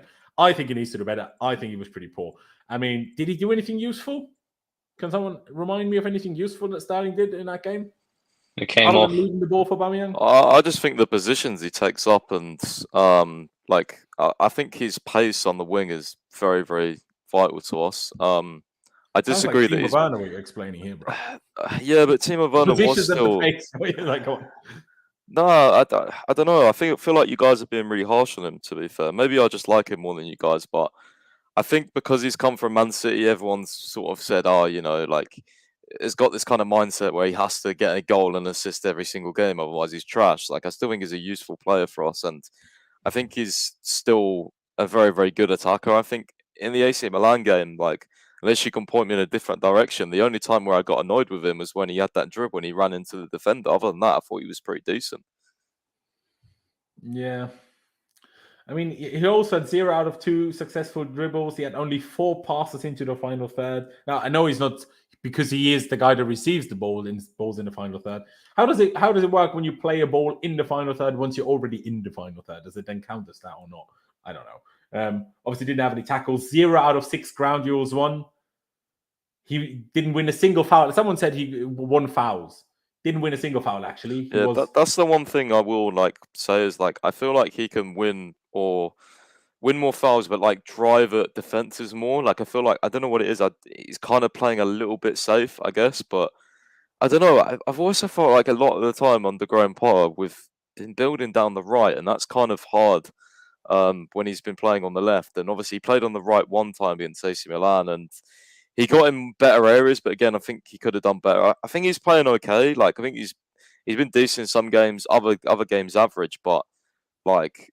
And I wouldn't mind seeing Pulisic come in, but I just feel like people are like, I don't know. No, Yeah. and I don't think I'm not sure. I don't quite see it, if you get what I mean. Like I still think he's a very good player. Yeah, I don't know. To me, it's just when I see him in Euro, it's like 0 out of 6, man. Like he's supposed to have a little bit of Hazard in him, where you're deceptively strong. Like all the City interviews I've seen when they talk about Raheem Sterling, oh, he's so deceptively strong. I'm like, well, where is that? Every time I see him in a duel with anyone, Sterling falls over or loses the ball. And yeah, maybe that's expectation, but shouldn't we have those expectations of a player that's supposed to be one of our best players?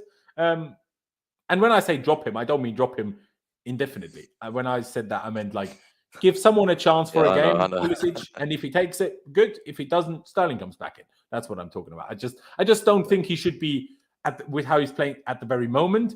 He shouldn't be a nailed-on starter. I think. Yeah, I do get you, but like, I mean, you did say 2 wrongs don't make a right, but Mount did survive during that really poor period. So, yeah. I think. But Mount offers way more off the ball than Sterling does, though.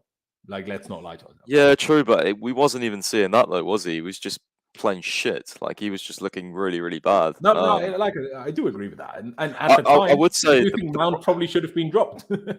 I would say the point I do agree with, or at least like from Pulisic's point of view, like he had that really good game against Wolves, and like I don't know when the next time he's going to get to start left wing. I do think that's a bit of a problem, but look, we have seen Graham Potter rotate, and maybe maybe Pulisic gets a start on the weekend or something. I don't know. I'm sure we'll see him play more because I think he's really. I mean, we got Ziyech not really in the equation. Who else is there? We've got Sterling. Yes, when he's not ill. I was thinking Hudson-Odoi, but he's out on loan, isn't he? Yeah, we've not actually got that many like forward players, to be honest. Like we've got Broja and Havertz, but they're more sort of central, centrally. So it's an interesting one. Absolutely. And I mean, Tuchliban, I appreciate another donation who says Sterling is arguably one of our best attackers. No, he is not just arguably, he is one of our best attackers for sure. It's just the last couple of weeks in terms of form haven't been that, in my opinion. That doesn't mean he's now not a great player. It just means on current form, maybe someone else could play in a couple of occasions. Charlie, what do you think? Do you think I'm being harsh on Sterling? Like, I don't know. I mean, I don't know if everyone pays the same amount of attention to every player, but yeah, there's been a couple of games kind of in a row for me now where I'm like, I look at Sterling, I'm like, you're kind of annoying me. Like, I expect more. Like, and yeah, someone said, Kai survived. Yeah, but I never saw Kai Havertz do what Sterling did at Man City. So I don't know if Kai can do that, but I know Sterling can. So I can also at least hope for remotely similar things. I think, right? I don't know.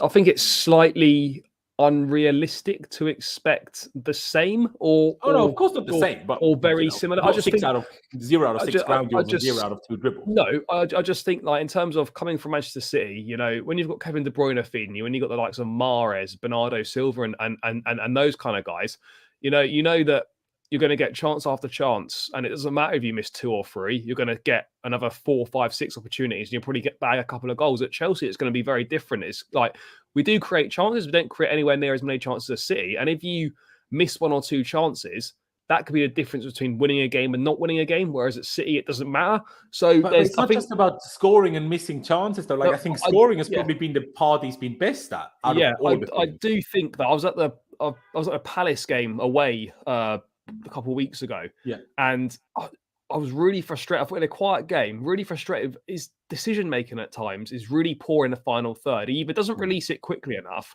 or he takes too long on the ball. He tries to take on a few people instead of shooting or laying the ball off. He'll then try and take one extra person on and lose it. So I think he needs to work on his decision making in the final third. But in terms of like what he's been doing so far for Chelsea this season, I think he's done really well. What is it? 6 goals and assists. That's not Charlie. By the way, that's not in terms of like decision making. That's not a new thing. It's not He's a been new like thing, this, no.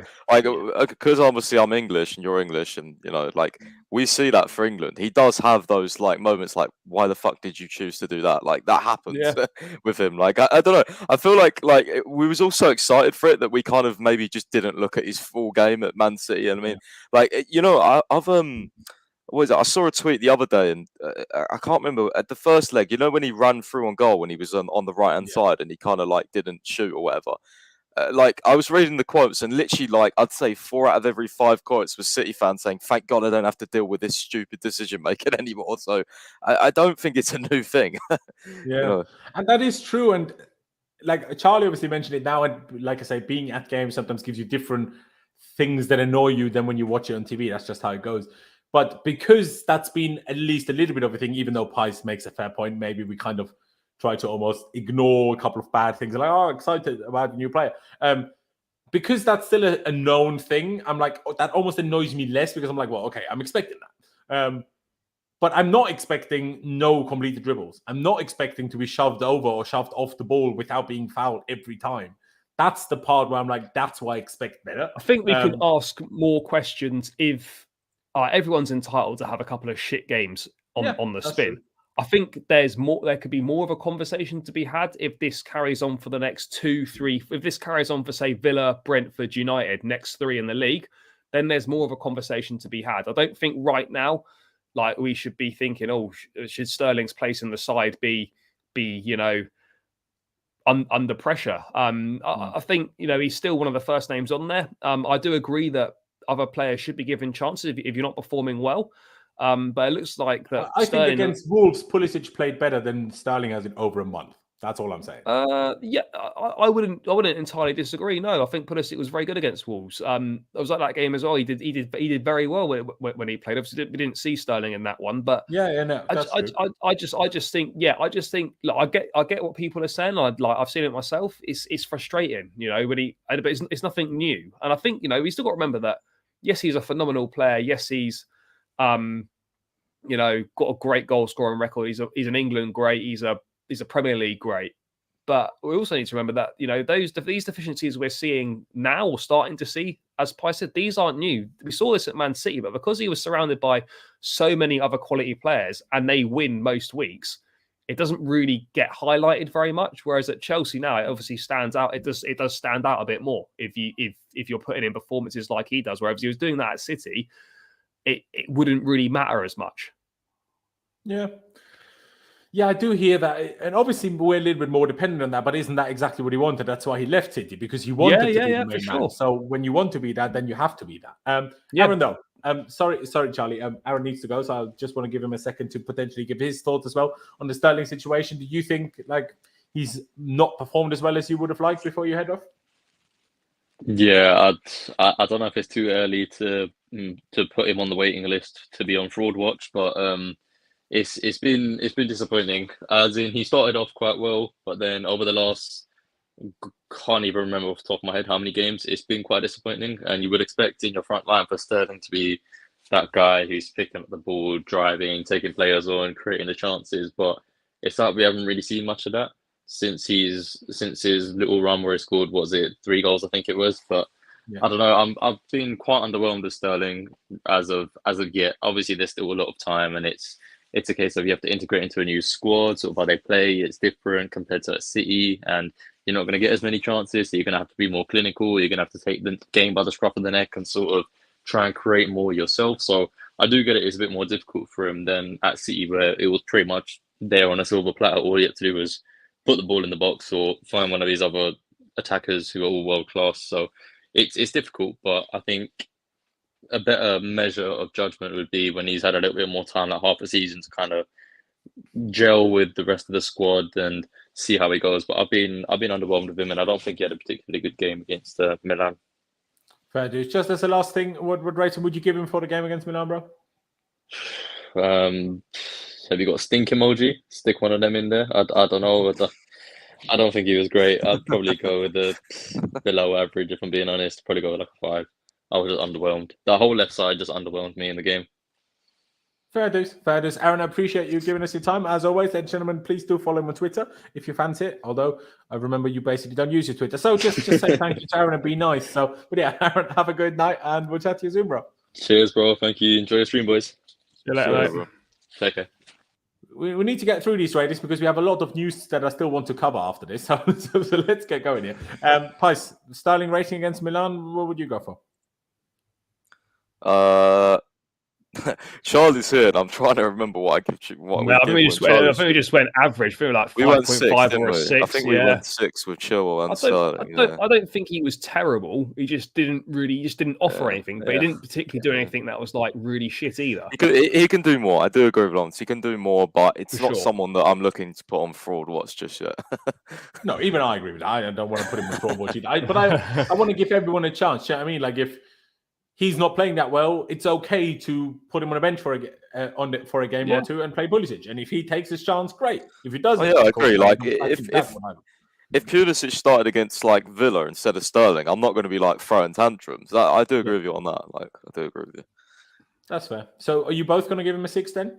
Judging from We'll roll with a 6. I think that's fair. Okay. I probably would have agreed with Aaron and given him a 5. So, like I say, even though I think it was poor, I don't think on this occasion, I think it was worse against Milan at home than he was on Tuesday, which is weird because he did less in terms of visible things on Tuesday, but he did also less really bad things, if that makes sense. But hey, so in the end, we sit on a 5.5. Sorry. Mason Mount only played a half, but it was one hell of a half. I mean, obviously won the pen. We spoke about that already, but still won the pen. And played a wonderful assist, even though he probably attempted to assist it to Sterling. In the end, a wonderful assist and a wonderful whole move anyway for the second goal to Aubameyang. Just a very good performance, how he moved, how he was strong, how he was winning ball, keeping the ball. I was very, very happy. I would give him a 9 as I did for Jorginho. Honestly, I think it was very, very, very, very good. And the fact that we can in the Champions League, after having 1 point after 2 games, can take Mason Mount off at half time because he had a yellow card and we wanted to rest him. That is, I mean, Graham Potter is absolutely balling. Fair play. But Charlie, Mason Mount, very happy with him in that half that he played? Yeah, a massive return to form. I think there's been a lot of criticism aimed his way, and rightfully so for his slow start to the season, not really contributing anything at all. But the last 3 games, he's definitely returned to form. I thought he was good against Milan at the Bridge. He stepped up again against Wolves, and then he up another level again. He seems to like the big stage. He was fantastic in the Bernabeu last year, and he was just running proceedings in the San Siro. Wins the penalty, gets the assist for Aubameyang, just making things happen. His work rate off the ball is phenomenal.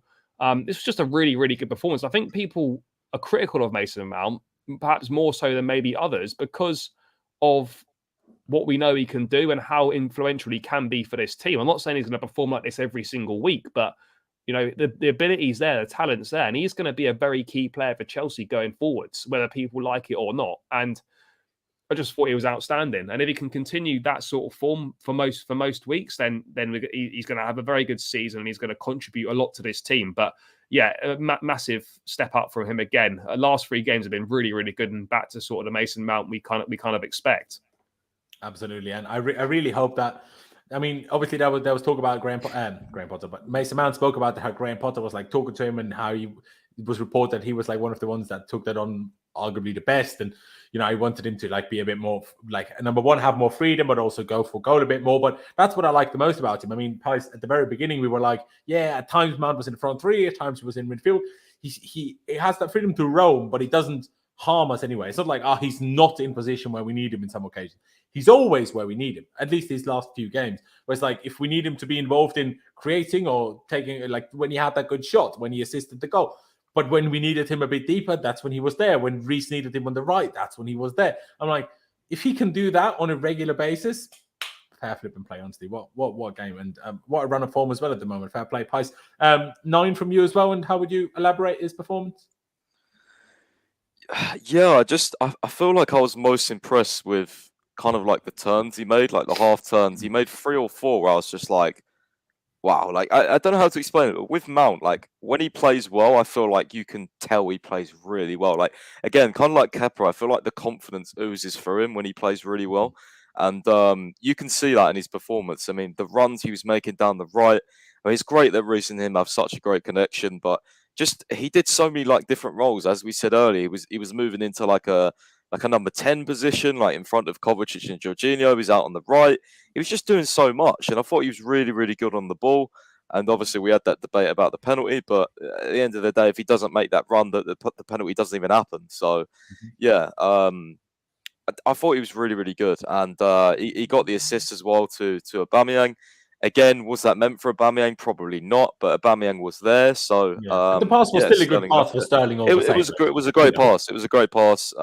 It was the weight on it was perfect, and I think I am critical sometimes of Mount's passing, where I feel like he either takes too long to pass or he makes the wrong decision. So for him to like punch that pass, like it was like an instinct pass. He knew what he was doing, and sometimes I don't feel like he does know what he's doing. Like, so yeah, I just feel like I don't know. Sometimes I feel I hear what you mean. It just sounded a bit harsh. Yeah, no, maybe it does. But like certain times, like when he's running forward, he has his head down, and he'll miss like an easy through ball or something opportunity. But this game, he knew what he was doing, and the whole attack. Well, not the whole attack, because we obviously didn't think Sterling was great, but just the attacking play was really good for him. So yeah, I'll go with a 9 as well, probably. Absolutely.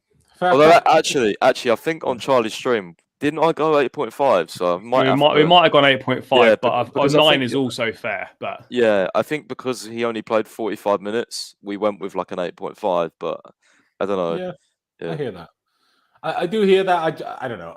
I give him a 9 for the 45 minutes. If you say okay, but out of 90.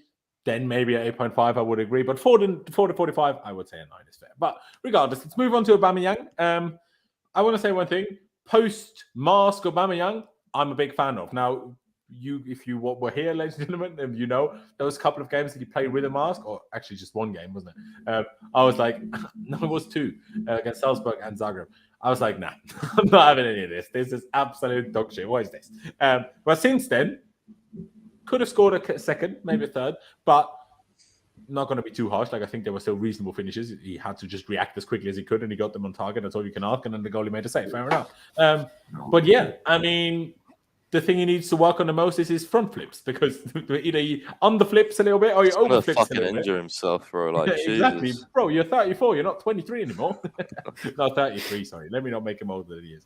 But yeah, I'm very happy with it. I like his movement. The fact that he basically, started the whole move for his own goal to 2-0 himself. Fantastic. I love it. I'm a big fan. Now, I'm not going to get as much ahead of myself and say, number 9 is finally scoring. Lukaku was scoring till last October. We need to wait a lot longer before I'm starting. He's the first number 9 to score. But Morata, in his first 10 games, scored 15 goals or something. So let's wait a little bit longer. But so far, these last 3 games that he did play, 3 goals, you cannot complain. I'm not sure rating. I'd probably give him like an 8, 8.5, but he was good, and I'm very happy with it. I like I said again, this it's such a small thing, but the fact that in this situation where he scored, that he would shout to Sterling, and then Sterling leaves it, and then he scores, and everyone's just happy about it. I think that those are the things that teams need to those are a sign that things are going well in the team, and I'm very happy with it. I mean, Charlie, would you go 8, 8.5? Whereabouts would you go? I feel I'd probably go maybe a 7.5, possibly. He's in the team to score goals. That's it. I don't care about his link-up play or his overall play. I'm not bothered about that. Just be in the box and be alert and stick the ball away. And that's what he does. In the 3 games that he scored consecutively in, he's had pretty much 1 chance in all those games, and he's stuck the chance away every time. If you create the chances for him, he will score. And I just want him to be in the penalty box and just do what he does best, and that's stick the ball in there. And it sounds so obvious, but it's something we've missed for so long, like a number 9 that can actually put the ball in the net. We haven't had it since Diego Costa left in 2017. We just haven't had it. We thought it might have been Lukaku, might have been the answer. It obviously wasn't. We've obviously tried various other things, but But so far, so good from Aubameyang. You know, if we create the chances for him, it looks like he's going to stick them away. And we just need someone at the top end of the pitch that can put the ball in the net. I don't care about anything else. He's not there to do anything else. The likes of Sterling's, Mounts, Gallagher's, Pulisic's, and whatnot, Havertz to an extent, are there to do the running around him, the running beyond him, the other bits. I don't really want work rate off the ball from him. I just want him to be in the box and to. Although to be fair, his goal came from him dropping deep, receiving the ball. But in terms of like that's not what he's there for. Like we don't we don't need that from him. All right, it's great if he does it, but it's just stay as close to the goal as you can. And then when your chances come, stick them away. And that's exactly what he's done. And it's something we've been missing for so long. And I'm surprised that people were against it at the time, you know, and signing an experienced striker with his goal scoring record. We just need someone. We don't necessarily need a big name, just someone that can put the ball in the net. And he's doing that so far. And I think he's looked really good since the Masters come off. Yes, he'll go through runs where he doesn't score, but I think I like what I'm seeing so far. So yeah, I think a 7.5 or pushing an 8 would be fair. I'll probably go for 7.5 though. Okay, I hear that. I mean, while I agree in the terms of that he's there to score, I think we do need him to move around because otherwise that's just Lukaku, right?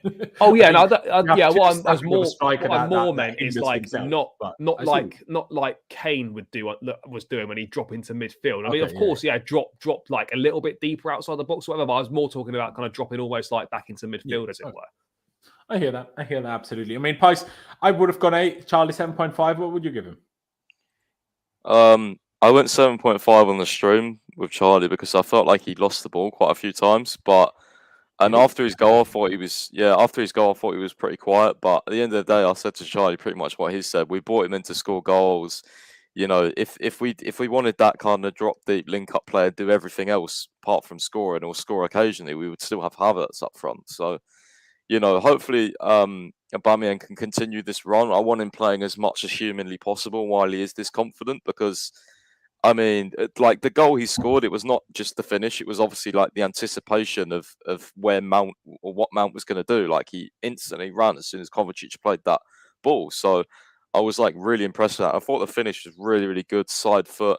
Clinical, like he used to be with Arsenal, like proper clinical. So yeah, I'll give him a 7.5.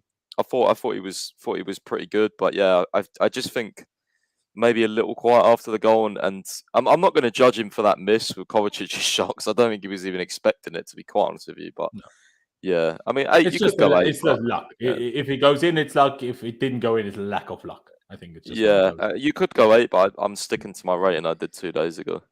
Yeah, and I think that's fair. Like having actually seen stats here, how on earth did all of our players win 0 out of ground duels? Sterling won 0 ground duels, but Kovacic won 1 ground duel, and Aubameyang won 0 ground duels as well. How's this possible?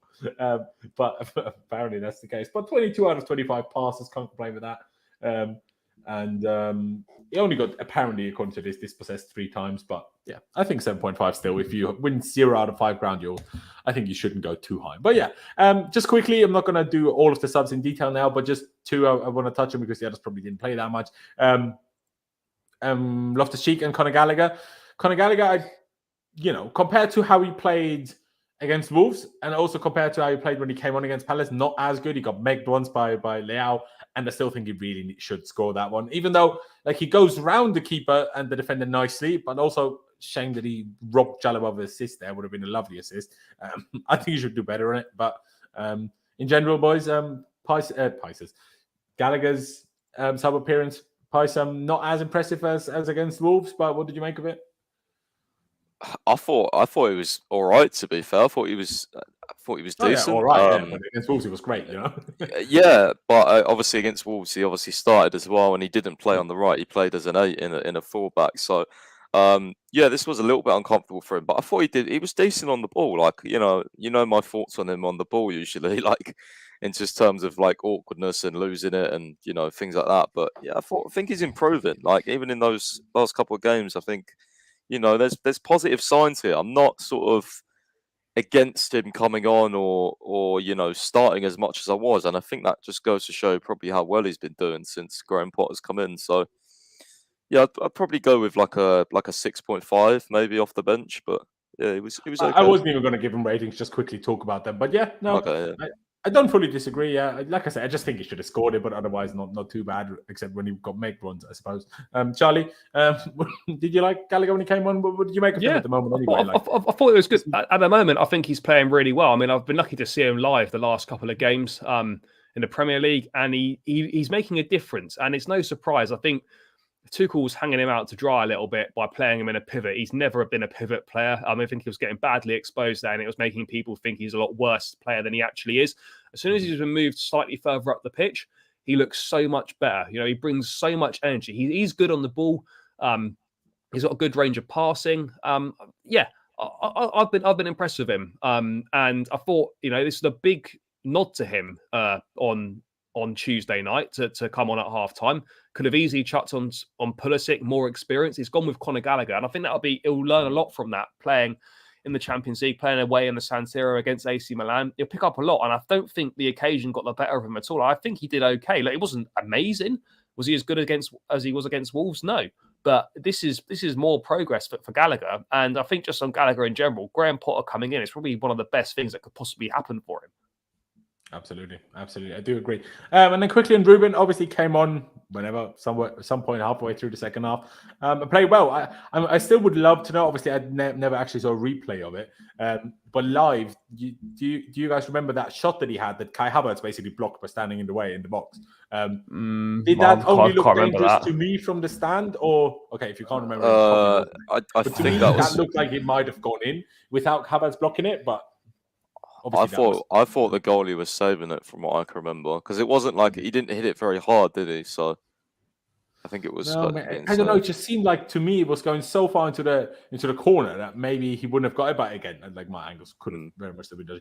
And Steve, unfortunately, as you can see on screen, no, your profile picture has not been changed yet. All right then, boys, let's get this off the screen and let's get some news on the screen. And I want to start with this because this is what I have ready to show up. Over the last couple of days, the first bit of news we got, Joe Shields, Director of Recruitment at Southampton. We apparently have been in talks. Now Southampton are apparently absolutely fuming now that they found out about this and told him to stay away from the training ground, which I find quite funny. But yeah, he's seemingly held in pretty high regard.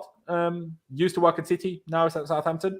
And, well, if they told him to stay away, doesn't seem like exactly they're going to be like, oh, we force you to stay. Do you know what I mean? So maybe, unlike Christophe, we're actually going to get this one done.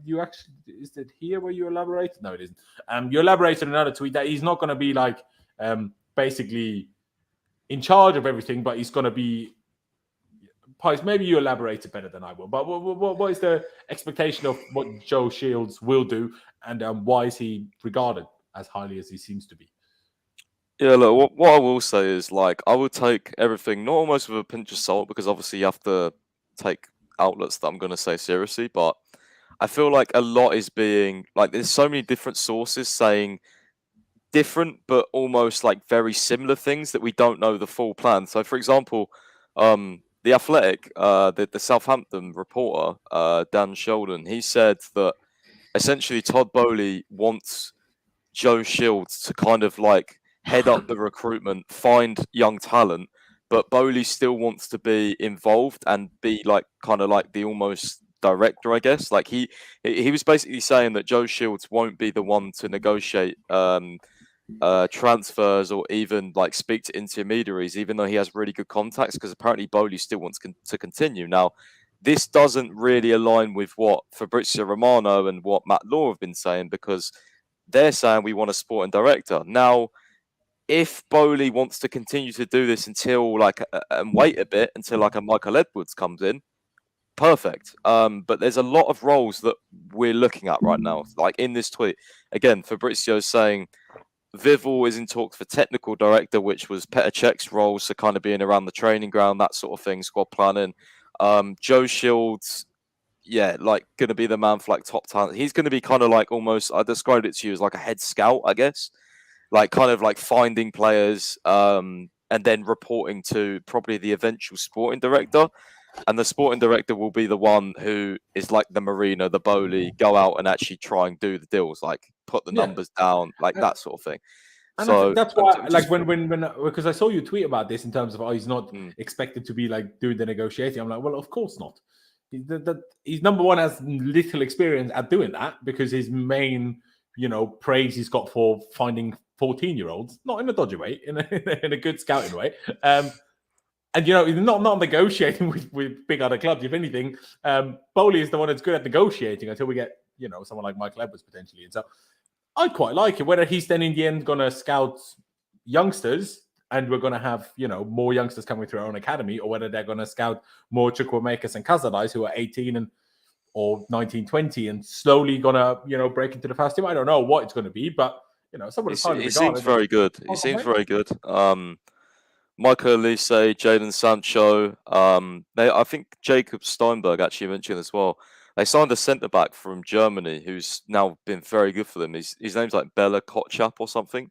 He came from Bochum, and apparently Chelsea saw that and how he's progressing, and he made his Germany debut I think last month, and apparently Chelsea regard that as suitable. If you can kind of find that guy who then makes his Germany debut in even half a season at Southampton, then you must be kind of And didn't he find that Lavia, the midfielder, as well, who he tried to bid 50 mil for?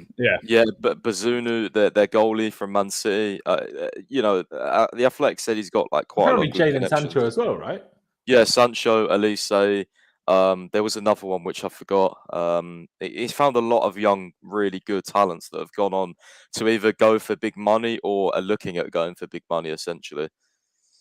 There you go. And Steve, yes, it has worked now. You look like Cucurella now. Hopefully you're in some paella and drinking some Estrella. But yeah, that's him. That's Steve with the Cucurella hair and had the Cucurella shirt on. We had a right laugh. I can't lie. But the funny story about, I just, I thought I'd touch on it. I told you earlier about we were stuck in this tube and it wasn't going anywhere.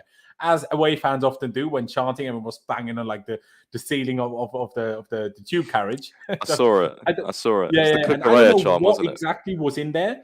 But everyone ended up having all sorts of black stuff on their faces and arms because from banging the ceilings, it looked like what you have left over from fireplaces. What's the word? Ash. Yeah, kind of. But anyway, everyone had just black shit all over their faces and hands. It was just dirty shit. So that was a bit of a mess. But hey, here we are. Charlie, now I'm not sure if you know any more than what we've discussed already anyway, but in general, Boehly's doing what he promised us he's doing, right? He promised us he will be putting experts in place that will run the club well. And it seems like that's what we're in the process of doing at the moment. So pretty happy with that, really. Not really too much to add. I got to be honest, never really heard of Joe Shields until yesterday. So I can't really comment on him, but obviously some of the high profile signings that he's kind of helped uncover are obviously that's great. And, you'd imagine that if he does come to Chelsea, I just hope we're not in a situation like we were with Freund, where he briefed the press that this was virtually done, and then it turns out it's not. This might be different, but there's always that worry, considering we've done it before and we've been turned down. But yeah, I think it's exciting. He's got a good track record. He's obviously very highly thought after in the game and in that role. And yeah, but you can't knock Boehly's ambition. He's doing what he said he would, and he's trying to bring the best he can to Chelsea and kind of get the best in every department. So yeah, can't really knock it. Just hope it actually gets done. Absolutely. Someone earlier in the stream in the chat, I didn't highlight it at the time, but someone earlier in the chat basically asked, is it true that Todd Boehly is trying to change the name of Chelsea? No, it's not. We're not going to change the name of Chelsea. It's impossible anyway. You can't legally do it. Yeah, no, exactly. So it's also, isn't that one of the the anti-Glazer rules, wasn't it? Yeah, you can't change you cannot change the colours and the name and badge kit. I think the move the pitch or some shit like that. There's something about the pitch as well. I don't know. Exactly. I mean, you touched on Vivell here already, as it says in talks still, but he's already been released by Leipzig, so surely only a matter of time. And Nkunku is almost agreed. I read somewhere, I can't remember the source though, that maybe even before the World Cup. So that's great news. Before we get into an interview by Jose Feliciano, obviously one of the Clear Lake shareholders in Chelsea, quickly, let's talk about the Mbappe stuff, shall we? Obviously, I'm not really thinking it's any realistic at all, but probably should talk about it anyway. So out of nowhere, I didn't really. Maybe it's because I was away and I didn't have time to see everything, but I don't know why he all of a sudden apparently wants to leave, considering he just signed a new contract in June and now it's October. But sure, apparently he really wants to leave PSG, but PSG won't let him go to Real Madrid. And that apparently made Chelsea a serious contender because they said as soon as you give him enough money and you have a good sporting project, he will listen. So, Pies, is there anything to add to that? Because it's a bit crazy. I mean, yeah, I mean, it was by Julian Laurenz, who I regard as pretty reliable for sort of French contacts, French players in general. It was on a stream.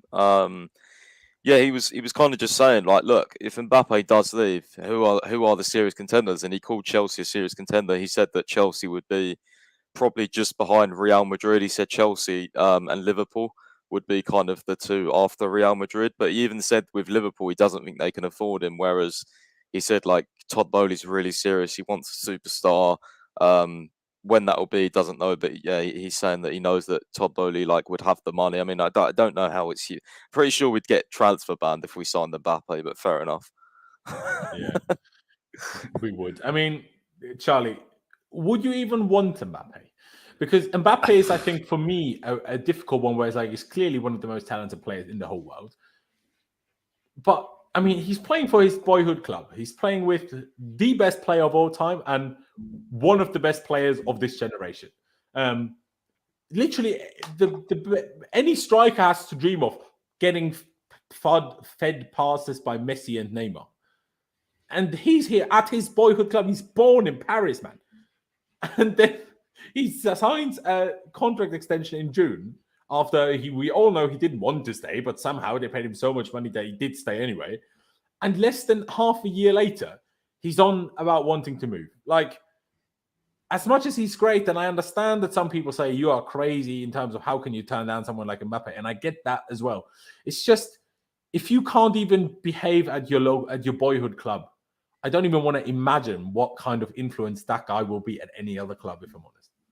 I was discussing this last night. It's kind of twofold. You sort of, part of you's like, there's certain players that if there's an opportunity to sign them, you just do it regardless. Like, you know, there's very few on that list. Mbappe would be on that list. Haaland's on the list. Ronaldo would have been on that list. You know, there's sometimes if a player becomes available, you can't really say no, regardless of what baggage they bring with them, just because of, you know, it's a superstar signing. Boehly wants a superstar player. You know, that's why he was interested in Cristiano Ronaldo. He obviously keen to bring someone of, like, you know, one of the best players in the world in. You know, that's what he's potentially looking at doing.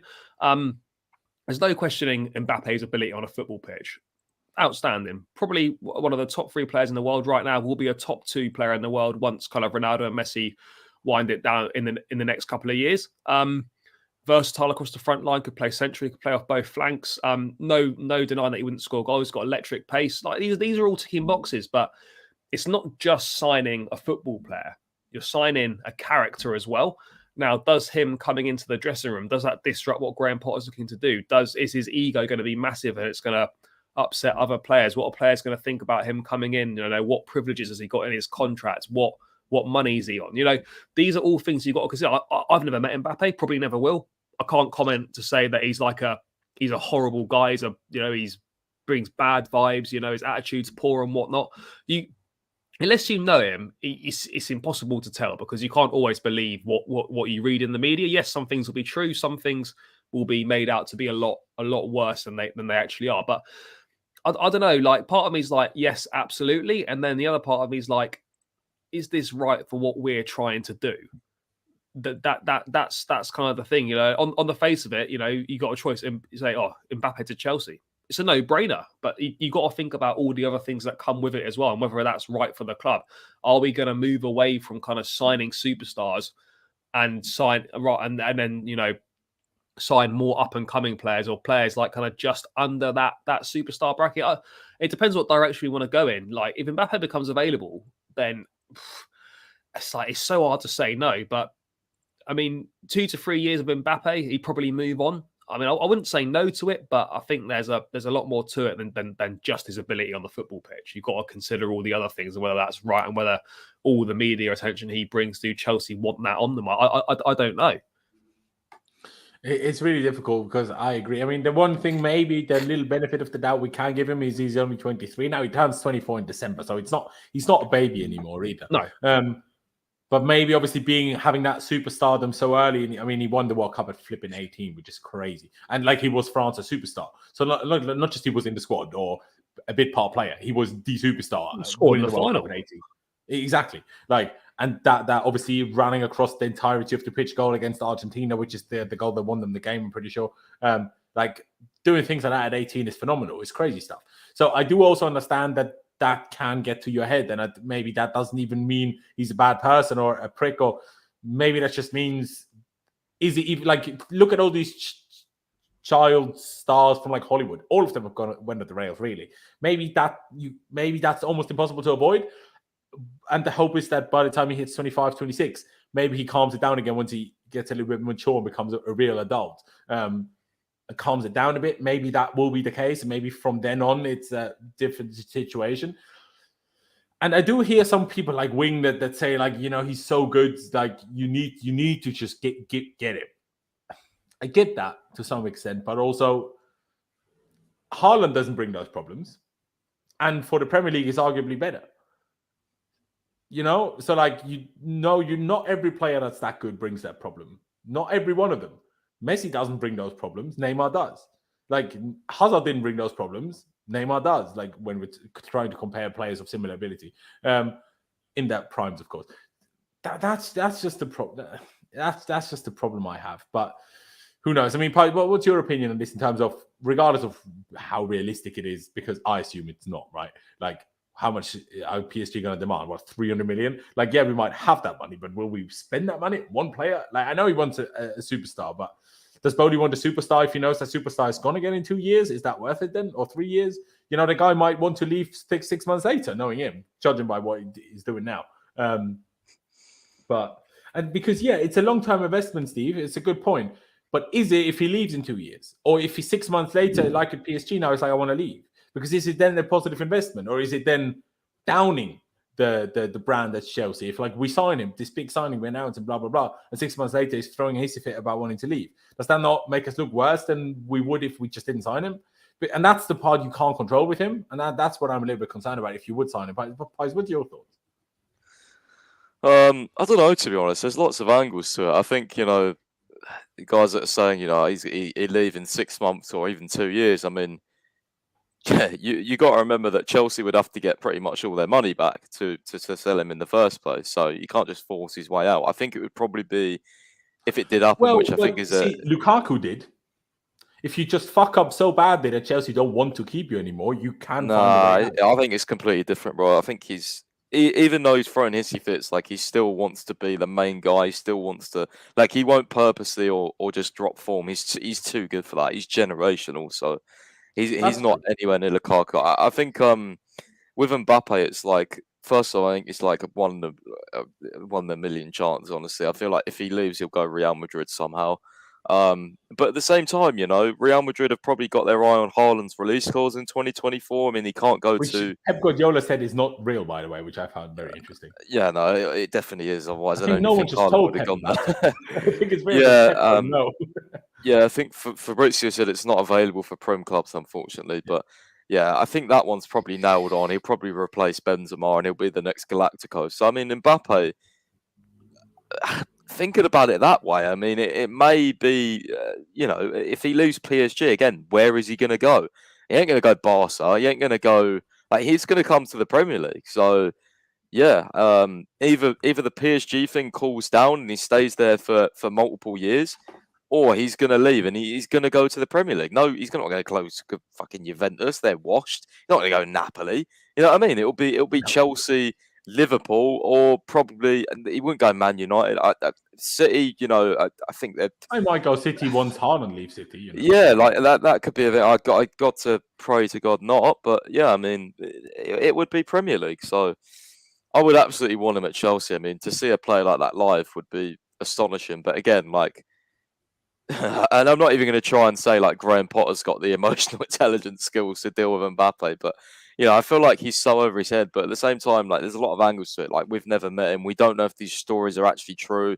You know, PSG's director Luis Campos was denying this all. So who knows, man? Who knows? But wasn't there even stories that Campos also wants to leave PSG all of a sudden? Yeah, apparently as well. Like, if Mbappe wanted to leave, Campos wanted to leave, and apparently the manager would leave as well. So, I mean, PSG is just a funny ass club, man. We've known that for years. Like, we was debating all this when Tuchel came to Chelsea. Like, is he going to be, like, what's he going to do with the board? And, maybe eventually that came true. But at the same time, like, Sorry, bro. it was a lot of debate about it. Which I wanted to quickly talk about, by the way. I met someone in Milan who somehow knows Rudiger's brother. Who now, obviously, I don't know if this is actually real, but that's what I was told about, right? And apparently that Tuchel has been kind of acting a little bit weird with all sorts of players all of last season already, which I'm like, so for example, this telling Lukaku Conte is his dad didn't apparently happen after the whole fallout. Apparently that happened in September after Lukaku texted Tuchel randomly an evening after Spurs played, and Spurs played pretty well when Lukaku, just being the weirdo that he is, texted the manager basically like, bro, did you watch Spurs?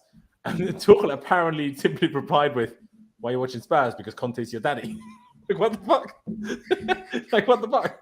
Bro, the guy's just trying to be nice, man. Like, Lukaku's a weirdo, but there was no need to mug him off like that. Like, come on. And apparently, like, when obviously some religious stuff for a lot of the Muslims that we have in the squad, oh, yeah, that's how the Muslims do it. Yeah, like, super, I don't know, just not up to date with the time. I don't know, some weird things I heard there. But again, I'm not trying to say these are facts, just informing the people that that are viewers here about what I heard. Very strange. Very, very strange. Just because you said that about who knows about Tuchel, because in the end of a few things we heard, Tuchel was exactly like that.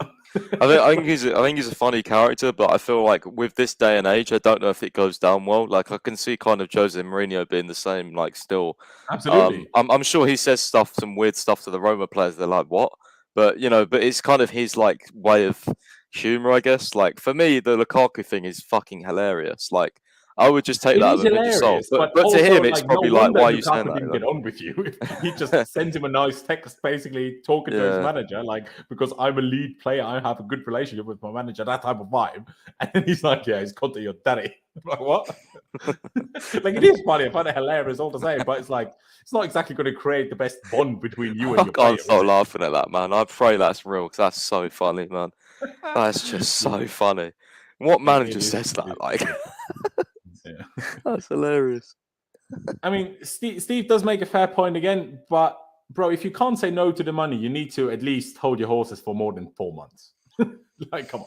Like, fair enough if the money is the only reason you stayed, but at least for a year, you have to make sure there's no silly rumors about you potentially wanting to leave. Pice, I would love to go through this interview by Feliciano, but it's quite long. We're already streaming for over 2 hours. So, boys, shall we quickly go through this, or shall we leave it? Up to you, bro. Up to you. I don't want.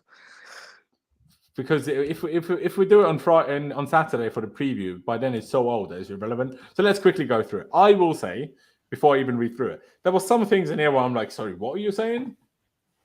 Let Todd please do the interviews from now on, because I don't really like the way you speak, but sure.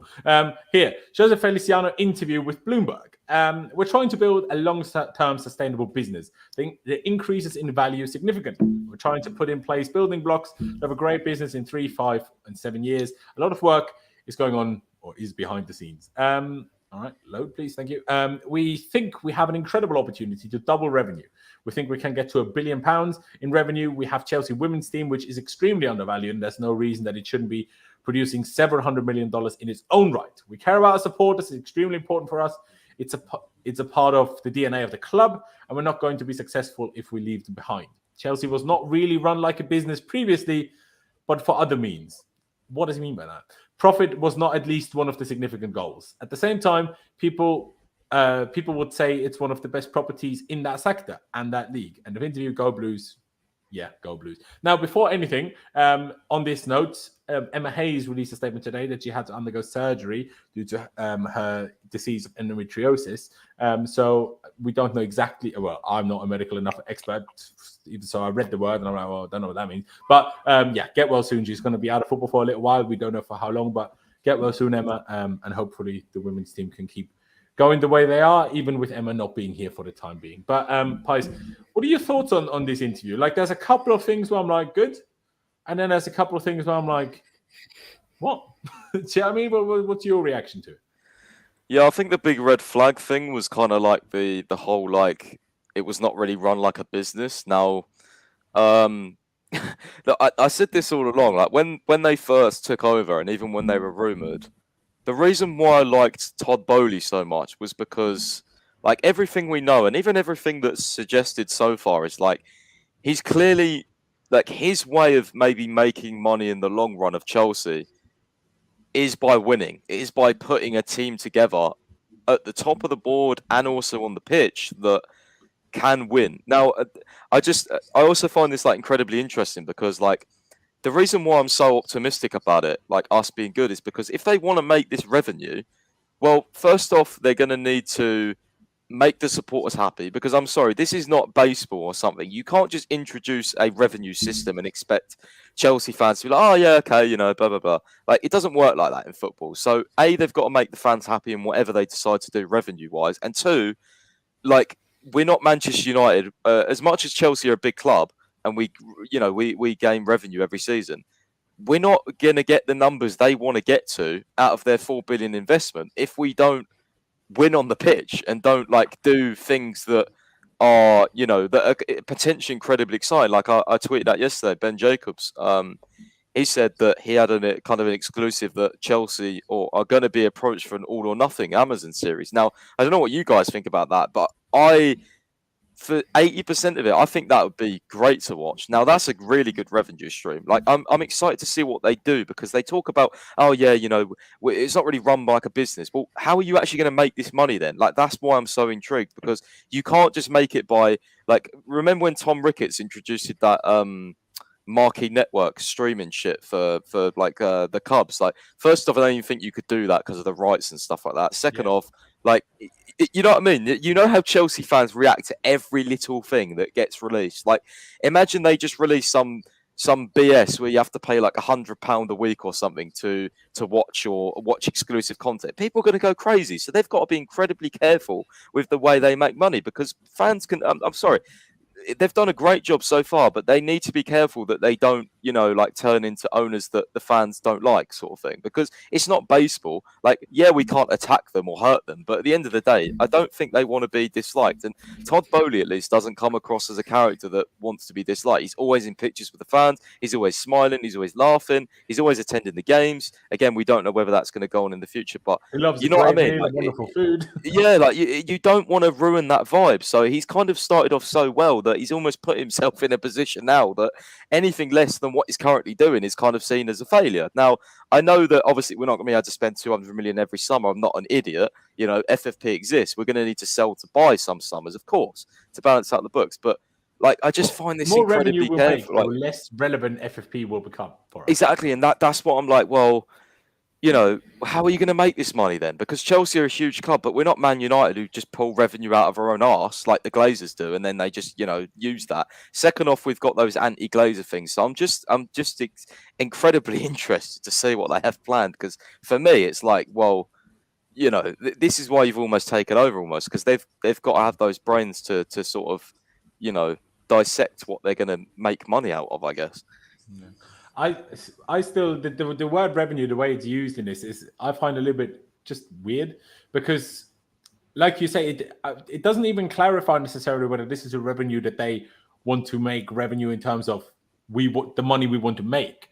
This can be revenue that can then be put back into in terms of signing players, right? So because the way everything is going, Pi said exactly right. If you want to make money from a football club, you need to make the football club successful. Like, if you want to make serious money from a football club, you need to make the club successful.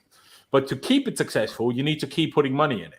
So unless you make such crazy stupid money that you can still put 150 to 300 million pounds in every year and still take another 200 million out of it every year in your own pocket, unless we get to those crazy levels of revenue someday, the only way I see them making real revenue is just build the value of the club by being successful, and then in 10 years' time, sell the club for double or triple what they bought it for now. That's how I see them making significant revenue. I don't see them as making revenue taking it out.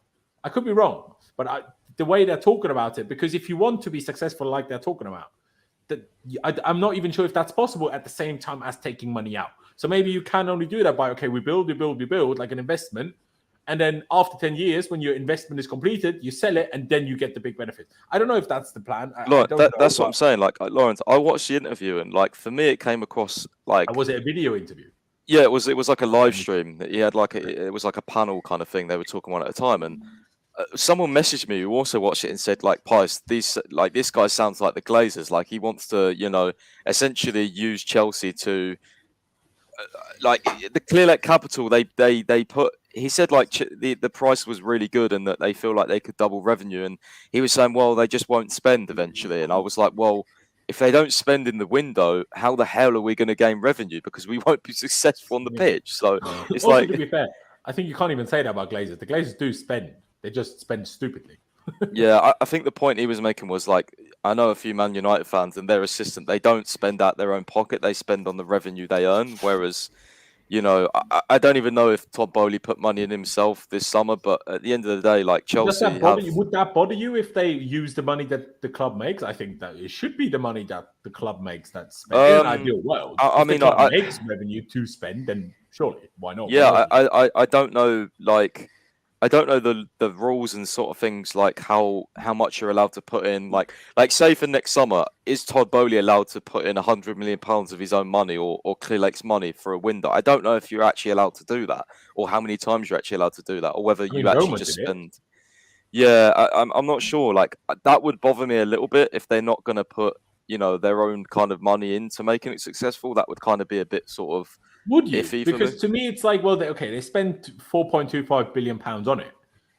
If you then make us enough revenue to fund the club itself with that, I don't need you to put extra money in it. I'm okay with I think if we're I think successful enough with the money that we make ourselves, isn't that an ideal world? Because that's what the word sustainable means. That you don't need extra input. That you make so much money that you can make yourself successful. That's what the word sustainable means, really. So I would expect that that's always the plan, would you?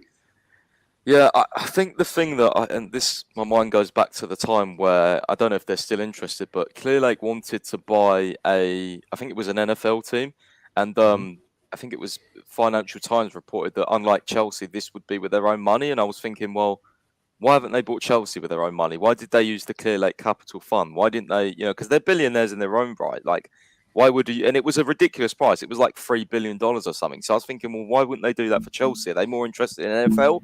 Like, you know what I mean? Like, that kind of put a red flag for me as well. I was kind of like a bit taken back by that. But this was without Boehly, or what? This NFL? No, but I think Boehly was going to be involved as well, and they were all going to use their own money. And I was thinking, well, why didn't they use their own money for Chelsea then?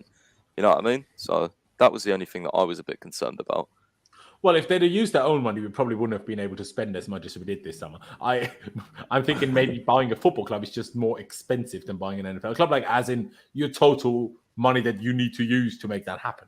But I could also be wrong. I mean, Charlie, what's your perspective on these quotes here? I mean, I'm not going to pretend I know loads about business because I don't. But I mean, it seems for me like, under Roman, there were certain things that were an absolute no-go in terms of access to the club. And I think things like the Amazon, the all or nothing thing would be fantastic. You know, it's a shame it wasn't done last season, but most seasons, there's always something with Chelsea happening. So that's another market you could untap. Again, it's potentially, get a whole load of new fans in to supporting the club, which brings in revenue that way. Obviously, Chelsea was never really run for profit under Roman, so I'll be interested to see, what they're planning to do to make this profit, because it is hard to make profit as a football club. Obviously, we've got no debt now and stuff, but it is difficult to make profit. So I don't really know what he's going to do. Obviously, the biggest way of bringing money in is through selling players and stuff, but. Yeah, I don't know. It's exciting times ahead because it's going to be interesting to see what they do and what they're going to do so differently that wasn't taking place under the previous regime. But I'm sure there's a few avenues that they can go down. And they're obviously clever guys. They're switched on. They sort of know what they're doing. So I'm kind of excited to see what sort of things they do. So, I mean, yeah, not really too much more to add on those comments, really, other than, they're obviously serious. They're up for it. They're going to do a lot of stuff to try and, make the club profitable, and that can only be good. It can mean more money to spend on transfers and whatnot. So yeah, it's definitely exciting times ahead. But it's all very well saying these things, but then you actually got to do them as well, and that's a totally different thing. Yeah, I do agree with that. I do also think we need to remember that Feliciano, while being one of the main people that are part of Clearlake for Chelsea, He's not even the main guy. That's Eghbali. So it's Boehly, then it's Berat Eghbali, who's the main clear leg guy, and then it's Feliciano. So, who knows? But as we're talking about this, Matt Law with the, whatever the word is, news, Joe, another spelling of the word Joe Shields. Now, does anyone know how to spell his name or not? But anyway, Joe Shields' deal to join Chelsea has been completed. He will join as co-director of recruitment and talent once he has served his gardening leave from Southampton. Could be as many as 4 more appointments on the sporting. 4 more from now on. All right. Could be as many as 4 more appointments on the sporting side, which will include Christopher Vivell joining in a technical director role. It's very interesting. What's that third one going to be then? Because obviously Joe Shields, Christopher Vivell, and then a sport director. But what could be fourth? What could be that 4th potential more appointment? But Pice, reaction to that and good news, I suppose. Yeah, really good news. Really good breaking news. You actually got to the news before me, which is quite an achievement. But yeah, that was just about to tweet out one of my own articles for the website. But yeah, you got it. So really good. And I mean, the gardening leave, I don't know how long that is. Matt Law probably will write a follow-up article. It's normally like a few weeks in it or something. No, I think it was actually 6 months or something. I read 6 months. Yeah, apparently.